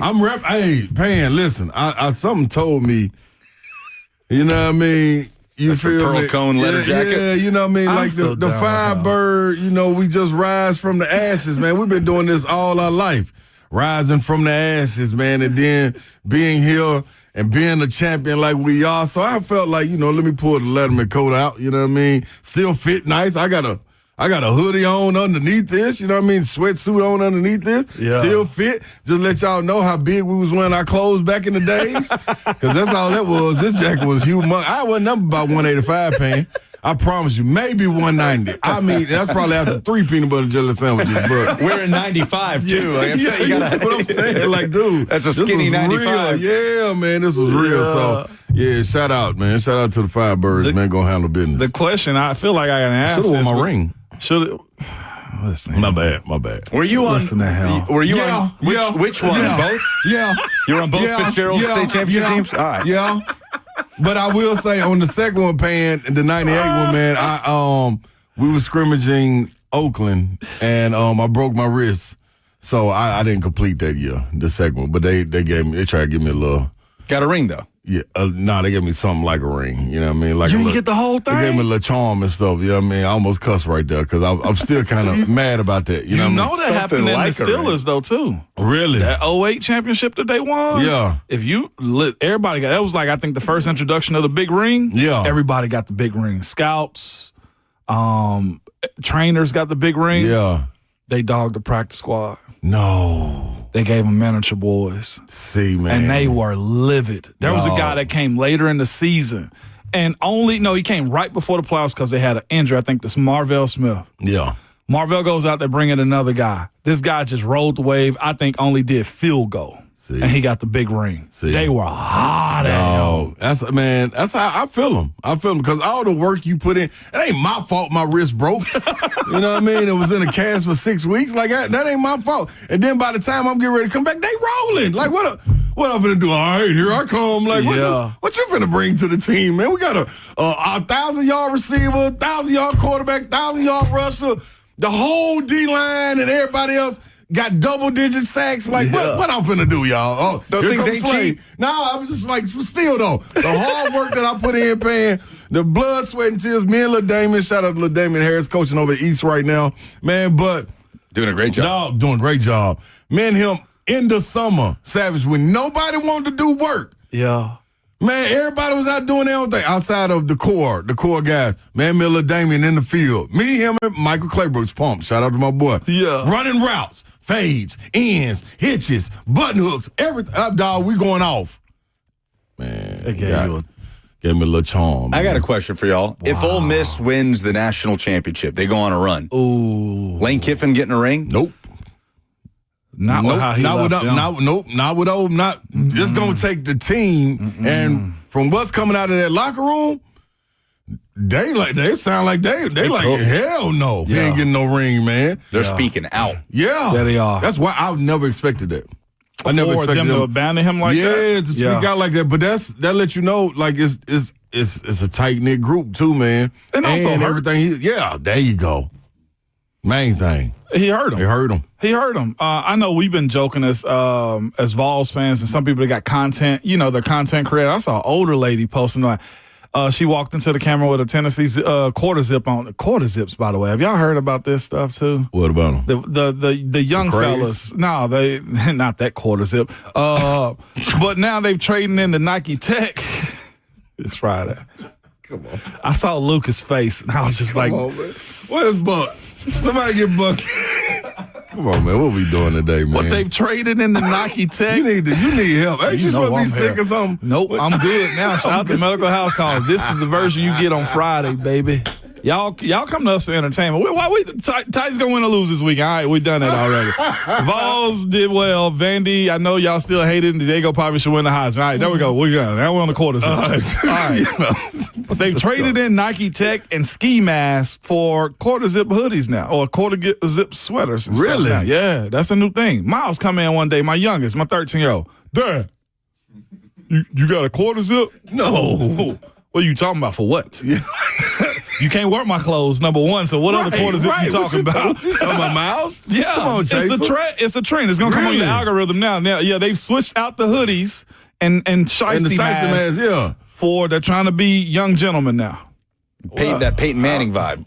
Guess what? I'm here for it. I am too, because I'm tired of seeing them little jokers with ski masks. I hate that. That and the hoods. Like, come on, y'all. And the what's the other one? The hoodies in the summer. Oh my God. Please banish that. Please. Like, shoot that into the stratosphere where we'd never get to see it again. The hoodies in the summer, y'all. Come on, man. Unless you're working out trying to cut some weight. No. It's hot as hell in Tennessee. We've been here. Not even in. Not even in. If you want to warm up, go work out. Yeah. Okay? Yeah. You little. Never mind. But yeah, I forgot what the hell I was even talking about. No, but that was good. It was quarter zips. We went there. However we got there. That's what we do. Welcome to it, Pan. No, that's not what we can't say that. We don't do that. What we do? We smoke cigars on the back porch. That was for the Zone TV. That's for the Zone TV folks. Pan, you have to bring us back. I mean, at some point, Pan. I'm just along for the ride. Okay, all right. Ride along. How badly? You was working out the little ring thing. Yeah, that's what we got there. But, man, listen, I still was at the banquet. Shout out to Pearl Cone, man. That was, man, Coach Fitzgerald and the staff and everybody around him, man. The way people rallied and brought communities together and everything. I'll never forget about that. That's what made that state championship run those years as special as it could get. You know what I'm saying? Like the city was in high competition. Like it was beautiful, man. Public school, Metro public schools, man. They came with it. So salute. Is it Pearl only? And I'm probably gonna tick some people off by saying it's Pearl Cone only when it comes down to Metro Nashville schools constantly. I know you just mentioned East right there. Who else is riding with Pearl in this as we talk about state high school football this weekend? This weekend? No, I'm just talking about just in general, the football scene Hillsborough would always come through. You see what Antioch's over there doing. Yeah, Andre Adams, Mr. Football Finalist. Yeah, I've seen our chat talk about Andre Adams. Yeah, he'll probably. What year is he? He's sophomore? He's a junior. Yeah, okay. He's serious, though. Okay. From what I got to get over there and see personally, but watching him from afar, he looked like the truth. East, what they putting together over there. Stratford had a run here and there. I don't really know if Maplewood been getting dog walked a lot. But shout out to him. Whites Creek always kind of found, some footing to kind of be relevant too. But it's some Metro schools out there. I know I'm forgetting a few, but it is what it is. You know what I mean? Percon with the greatest. Tony Brunetti done a great job. Yes, he has. You talk about impact in lives. Yep. Not many do it better than Tony Brunetti. Picked up that torch and ran with it, man. Yeah. All right, how badly does Tennessee need to win against Illinois at Bridgestone Arena Saturday to you? I think they need it really, really bad. The only positive light pan that they have is you have Louisville on the horizon. You know what I mean? After this game, if you would have dropped this one. But you got to start putting some things together, and more so over the whole stretch of the games, whether it be the fouling that you consistently keep on putting hands on guys. You got to play without fouling. That's one. Being able to knock down small things like free throws, being locked into the details, knowing where you're supposed to be on plays, not having the mental lapses. And it's not everybody. It's always just one person. And that goes from Nate Mint to Cade Phillips to Felix Okpara at times, Jacoby Gillespie. Jacoby has been, regardless of making shots or missing shots, he's been pretty steady. You know what I'm saying? Him, the role that Bishop Boswell has come into, Bishop's got to stay out of foul trouble. Like, you're an intricate part of this team now. Yeah. You allow Gillespie to get off the ball, and you get to run that action that you've been able to run with Dalton Connect, Chaz Lanier over the years. You know what I mean? And you need that to be able to close out games. So Estrella got to stay healthy. But this win is huge because you need that top 25 win. You need that feather in your cap to bolster your resume, getting ready to go into conference play. Ken Palm's got them ranked solid, you know what I mean, top 25. So you can stay in there. You really need to be top 10. That's where you've been over the years. So you need to get back to that part because you really vying for that, I would say three seed, you know what I'm saying? 2 at the highest. Yeah. You know what I mean? If everything was to go right, but a 3-4 seed is where I would see them at, and you got to be able to knock teams off like this. Illinois loaded too, though. You want to see some young phenoms with some funny last names, it's hard to say. You go watch Illinois, man. They put that ball in the basket. They've nailed down that pipeline, haven't they? They have, dog. They got it. They got it. I don't know what made it, how they tapped into it, but boy, they got it, Just man. have an assistant like from Prague or something. He got to. I thought Arizona was the only one that could kind of tap into that European pipeline, but Illinois got some. When you look at the games that the Vols have dropped, it's almost like Rick Barnes' group climbed that Houston mountain, and then what do you get? Syracuse can't have them. Like I think he made the comments. Last year teams they would have lost Houston. Yep. They wouldn't have lost these other games right here. Why is that the case? Because you have a nucleus together that wins the ones you're supposed to. You know what I mean? And they get up for the other ones, but it was about finishing and things of that nature. But you also got to realize, man, everybody, I think, is up in arms when speaking overall about the SEC. You know what I mean? Because of the run they had last year, which was unprecedented. Like, you have this group coming back. There's a lot of teams that didn't come back with core groups. So to get these nucleuses together in jail, to make these teams jail like they're supposed to, it takes time. You know what I'm saying? But you see the big names in it, and you're like, oh, they supposed to be good. You know what I mean? But you see coaches going to the podium and saying, this ain't the team that I practice it. I coach and practice every day. That's what Barnes was saying. That's the same thing Mark Pope said 2 weeks ago. You know what I'm saying? So the only person that hasn't said it, but should say it, is probably Ty Golden about his 2 guards, Boogie Flynn and Xavier Lee. But it takes a minute, man, and that's why I kept on saying end of December, they should be gelling, get ready to go into conference play. But they need to, they do need to get it right now. And it takes a little minute, but your time is running out as well. You know, that 9 to 10 man roster that that depth that you continue to play. At some point, you know what I mean, Barnes is best when he shrinks it down to 7 or 8. Even though you love to have the depth, if you have to go to it, may hurt a couple of feelings in there, but I'm not sure you can play that many if you're not playing a pressing style. You know what I mean, where people are getting such as a Kim Caldwell. You know what I mean? She can play that many because they got to play so hard all the time. If you're not pressing like that, you don't need to play all those guys. Yeah. So we'll see, man. I think Barnes will tweak it a little bit, but they got to find a way to get over the hump as far as playing hard the entire time. And it's not effort, it's the bonehead plays. You know what I mean? Like, clock running down, you reach in, make a foul. Like, you gamble, trying to steal the ball. Like, come on, man. Just stay solid. Stay solid. That's the biggest thing. And the early fouls is what's bothering me, too. It's just you're giving a team the advantage to score while the clock is stopped. And I'm just like myself, like, I know you got a deeper bench, but, like, you want to be out there. Yeah. And my guy, Cade Phillips, he's first up on the fouls. You know what I'm saying? It's finding that, and of course, so I heard you mention the depth perception inside of Syracuse's stadium. It plays a difference. Shooting has to, you know what I'm saying, I ain't going to say be more consistent, but pick and choose when you're going to let it fly. Yep. And also, you got to look at it, man. If it's not working, the big man, you got to give him the ball some, and they got to demand it. Yeah. As a guard, I'm not going to give him the ball if they just posting up half-heartedly. You saw it in Jalen Carey. He wanted the ball, so he got 16 shots. You know what I'm saying? Felix Akpara, as dominant as he can be down low, he don't want the ball. Like, you know what I'm saying? Like, he's not a big duck in. It's not I'm screaming for the ball. I'm going to call attention to you, and everybody in the gym is going to know you're not giving me the ball. Because I'm going to keep saying ball, ball, ball, ball, and you're going to do something dumb, and everybody going to be looking like, dude, he was wide open. So good. Everybody turn on you, and they be happy for me. So you got to make things simple that way. But if they don't demand it, you don't give it to them. So they'll keep on going this route. You stick around? I'll hang, man. Wrap it up. Tate Matthews, too, man. One of the last Football Fridays of the year. Coming up next.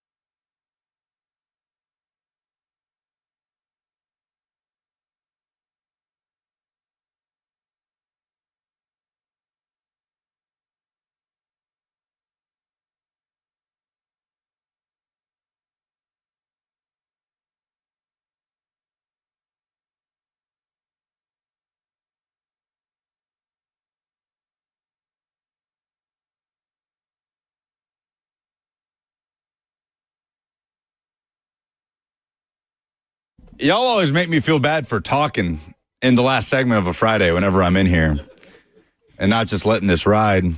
This that jam. It's that jam. I'm talking about every bit of it. This is a weekend cookout song right here. At my grandmama's house in the projects. Look at Jayhawk back there. My granddad at Junior Dyson Club in Covington. Look at Hawk move. Look at Hawk move, though. Do that move again, Hawk. That's a little too slow. You got to catch a rhythm a little bit better, Hawk. I feel like the world needs to see you bopping. Look at me. Pan was going to say it. Does it look like I have rhythm? That's how I'm going to get to somebody that's going to say something. I know he can't resist. I can't resist. He over there dancing like Tupac in America's Most Wanted video at the wrong rhythm. Let's get Hawk a quarter zip and maybe that'll get him a little. He'll get spiffy. He'll just get a nice and spiffy look. We'll get something. We'll get something. Get something. Ain't that it? What's your favorite? What's the conference championship game sleigh you're most looking forward to tomorrow? Ooh, man. I want to say Bama, Georgia. My bias does, but Indiana, Ohio State. Yeah. Just because I want, man. This is what I've been saying about Vanderbilt. If you talk loud enough, you can turn people against you and become the villain in a sense. You know what I'm saying? So in a sense, I've heard Signetti talk so long about Indiana. I'm tuning in to watch them lose. And not lose by 3 or anything. Like in Penn State, they would have lost, you know what I mean? I would have been like, that's good. No, I want to see them get drilled because I want to see what his response will be then. You know what I'm saying? Like, dude, he's made enough noise where it is, you want to see him you want to see him knocked off. It is what it is, man. But he continues to answer the bell over and over. So if he were to go and beat Ohio State, I'm not cheering for Ohio State by any stretch of the imagination. But if he can go beat them, I'm like, hey, man, Buddy got him something, man. I'll be a believer. I'm already semi-believer, you know what I mean? But at the same time, I'm going to keep showing up to the theater for part 1, part 2, part 3, even though I know how it's going to end. But I ain't messed up. That's what he's got to show you? That the Oregon win wasn't enough? No, because I never believed in Oregon. You know what I'm saying? Not this year. But that was still, I'm not saying that's not impressive, Pan, but he got to give me a little bit more, man. Google him. Because of stuff like that. His resume, you got to Google it. That's the reason. That's the reason why. You know what I'm saying? But that's the reason the national attention is on them, too, along with winning. And that's what I was saying about Vanderbilt. If they would have came out with this in week 4, what they done the last 2 weeks, this wouldn't be a question. It was all about Pavia. Pavia's numbers are good. His impact is great. But the spotlight is on him because he did what he did last year, and he was vocal enough about it. You know what I'm saying? You didn't necessarily get that push. Imagine if that push would have started from Vanderbilt now. This wouldn't be no three-man race for no Heisman. I don't give a damn what Ohio State did. I don't give a damn what Indiana did. It'll be his. No ifs, ands, or buts about it. You know what I'm saying? They would have got behind it early, but, who knows? That's why I'm saying, is it lightning in the bottle? We'll see. How much would it have changed if they beat Texas?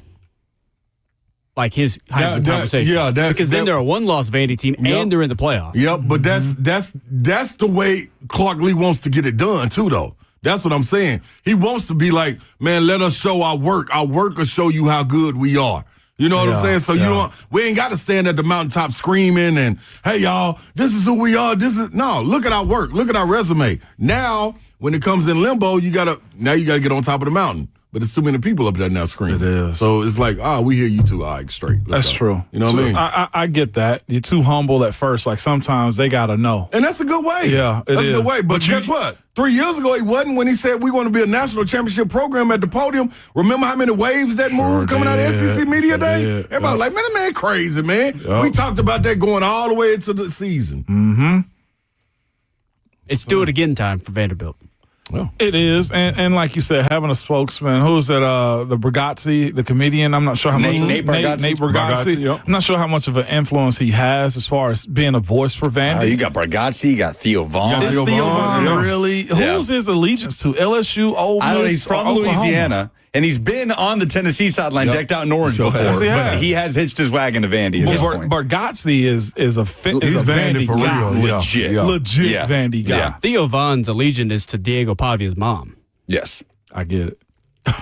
Yeah, but they're riding the wave. I can respect it. But viral guys got to do that too, though. So you know what I mean. That's what I'm saying. Like the mom is viral, he's viral. That's what I mean. But like I get it. Like both of them are riding in that same boat together. But yes, I told you I'm not jumping on the soapbox with Vandy no more. Yeah, I don't need to. That's what they need to. That is what has to happen on that one. Yeah, I agree with you. Diego could win it. He could. Second favorite right now.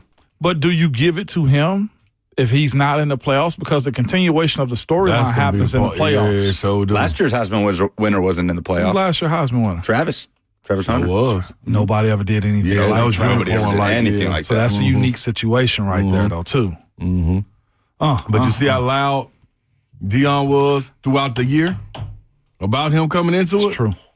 All the way in the preseason. True. All the way through. Even though they wasn't in the playoffs, he was still talking. Like, That's true. hey, man. But didn't Ashton Jeanty get put in a box against Penn State in the playoffs? Yeah, but did you hear anybody? So that plays a factor. Did you hear anybody really talking about him, though? Him? Yeah, Ashton Jeanty. Boise State was supposed to be on that soapbox, too. Hills was more so, look at these numbers, 270 yards, 4 touchdowns. Okay, that's cool. Somebody get out there and speak for me, man, so I ain't got to do it for myself. Diego Pavia did it. He did it himself. You know what I mean? Yep, that's what happens in the Hall of Fame voting. Yeah. Is they got to have somebody jump on the soapbox for it. Yeah. A little bit of popularity. And I'm not saying that's right. That's the way it should go, but that's the way it kind of goes, man. By the way, too, Tate Matthews brought up the who he didn't know who's the number one running back in the class of 2027. Kamon Spell out of McKeesport, Pennsylvania, Western Pennsylvania. His number one school right now, at least the prediction, Georgia. Really? Yeah. They pull 5'10", 210. They're going to rob the state. Yeah, they are. Best players in the state, baby. Yeah. So I didn't know there was anybody ahead of David Gabriel George. We'll see. He's got a whole year to get up to the top. Dude can play. Appreciate y'all having me, man. Anytime, Luca. Always fun. No, appreciate you coming in and riding with me, man. Always easy. Yo, Pan, way to go, Pan. Buck and Bert, got you coming up next. BNB, baby. Y'all know how we do on Fridays, man, especially in this holiday season. Call your people, check on your people, man, especially our elderly, man. Maybe a little cold, a little under the weather. Apologize to your people, man. It's all right, man. Ain't nothing but a couple of words can fix the entire situation. Buy somebody a random drink, have a random conversation, but you know what I say, ELE. Some of y'all don't believe in it, but everybody love everybody, man. At the end of the day, that's what matters. Peace. Every year, beginning in September, goes through August most often, we have an open online registration for those families who feel that they need the extra assistance for our Angel Tree program. And so once those children are registered, those families are registered, they get qualified and they're put on our Angel Tree. And so we go ahead and put them all, whether it be our virtual Angel Tree or through our corporations or in our malls, in various locations, those angels are put out for donors to adopt and sponsor. So this year alone, we have almost 4,000 children that we have promised to provide Christmas for. That's a little over 1,500 families. And then that's not even considering the seniors. We have over 1,000 seniors that we've promised to provide Angel Tree gifts for as well. So every year we rely heavily on our donors and through whether it be individuals, families, corporations to help us supply Christmas for all the individuals who've registered with the Angel Tree program. And so we couldn't do it without them. And we are so appreciative of those groups and those individuals who decide and understand the value of community, that it's not just one organization's responsibility to take care of those who are in need, but it's a whole community effort. And we're so thankful that we're able to be able to help facilitate such a wonderful program that this community so desperately needs.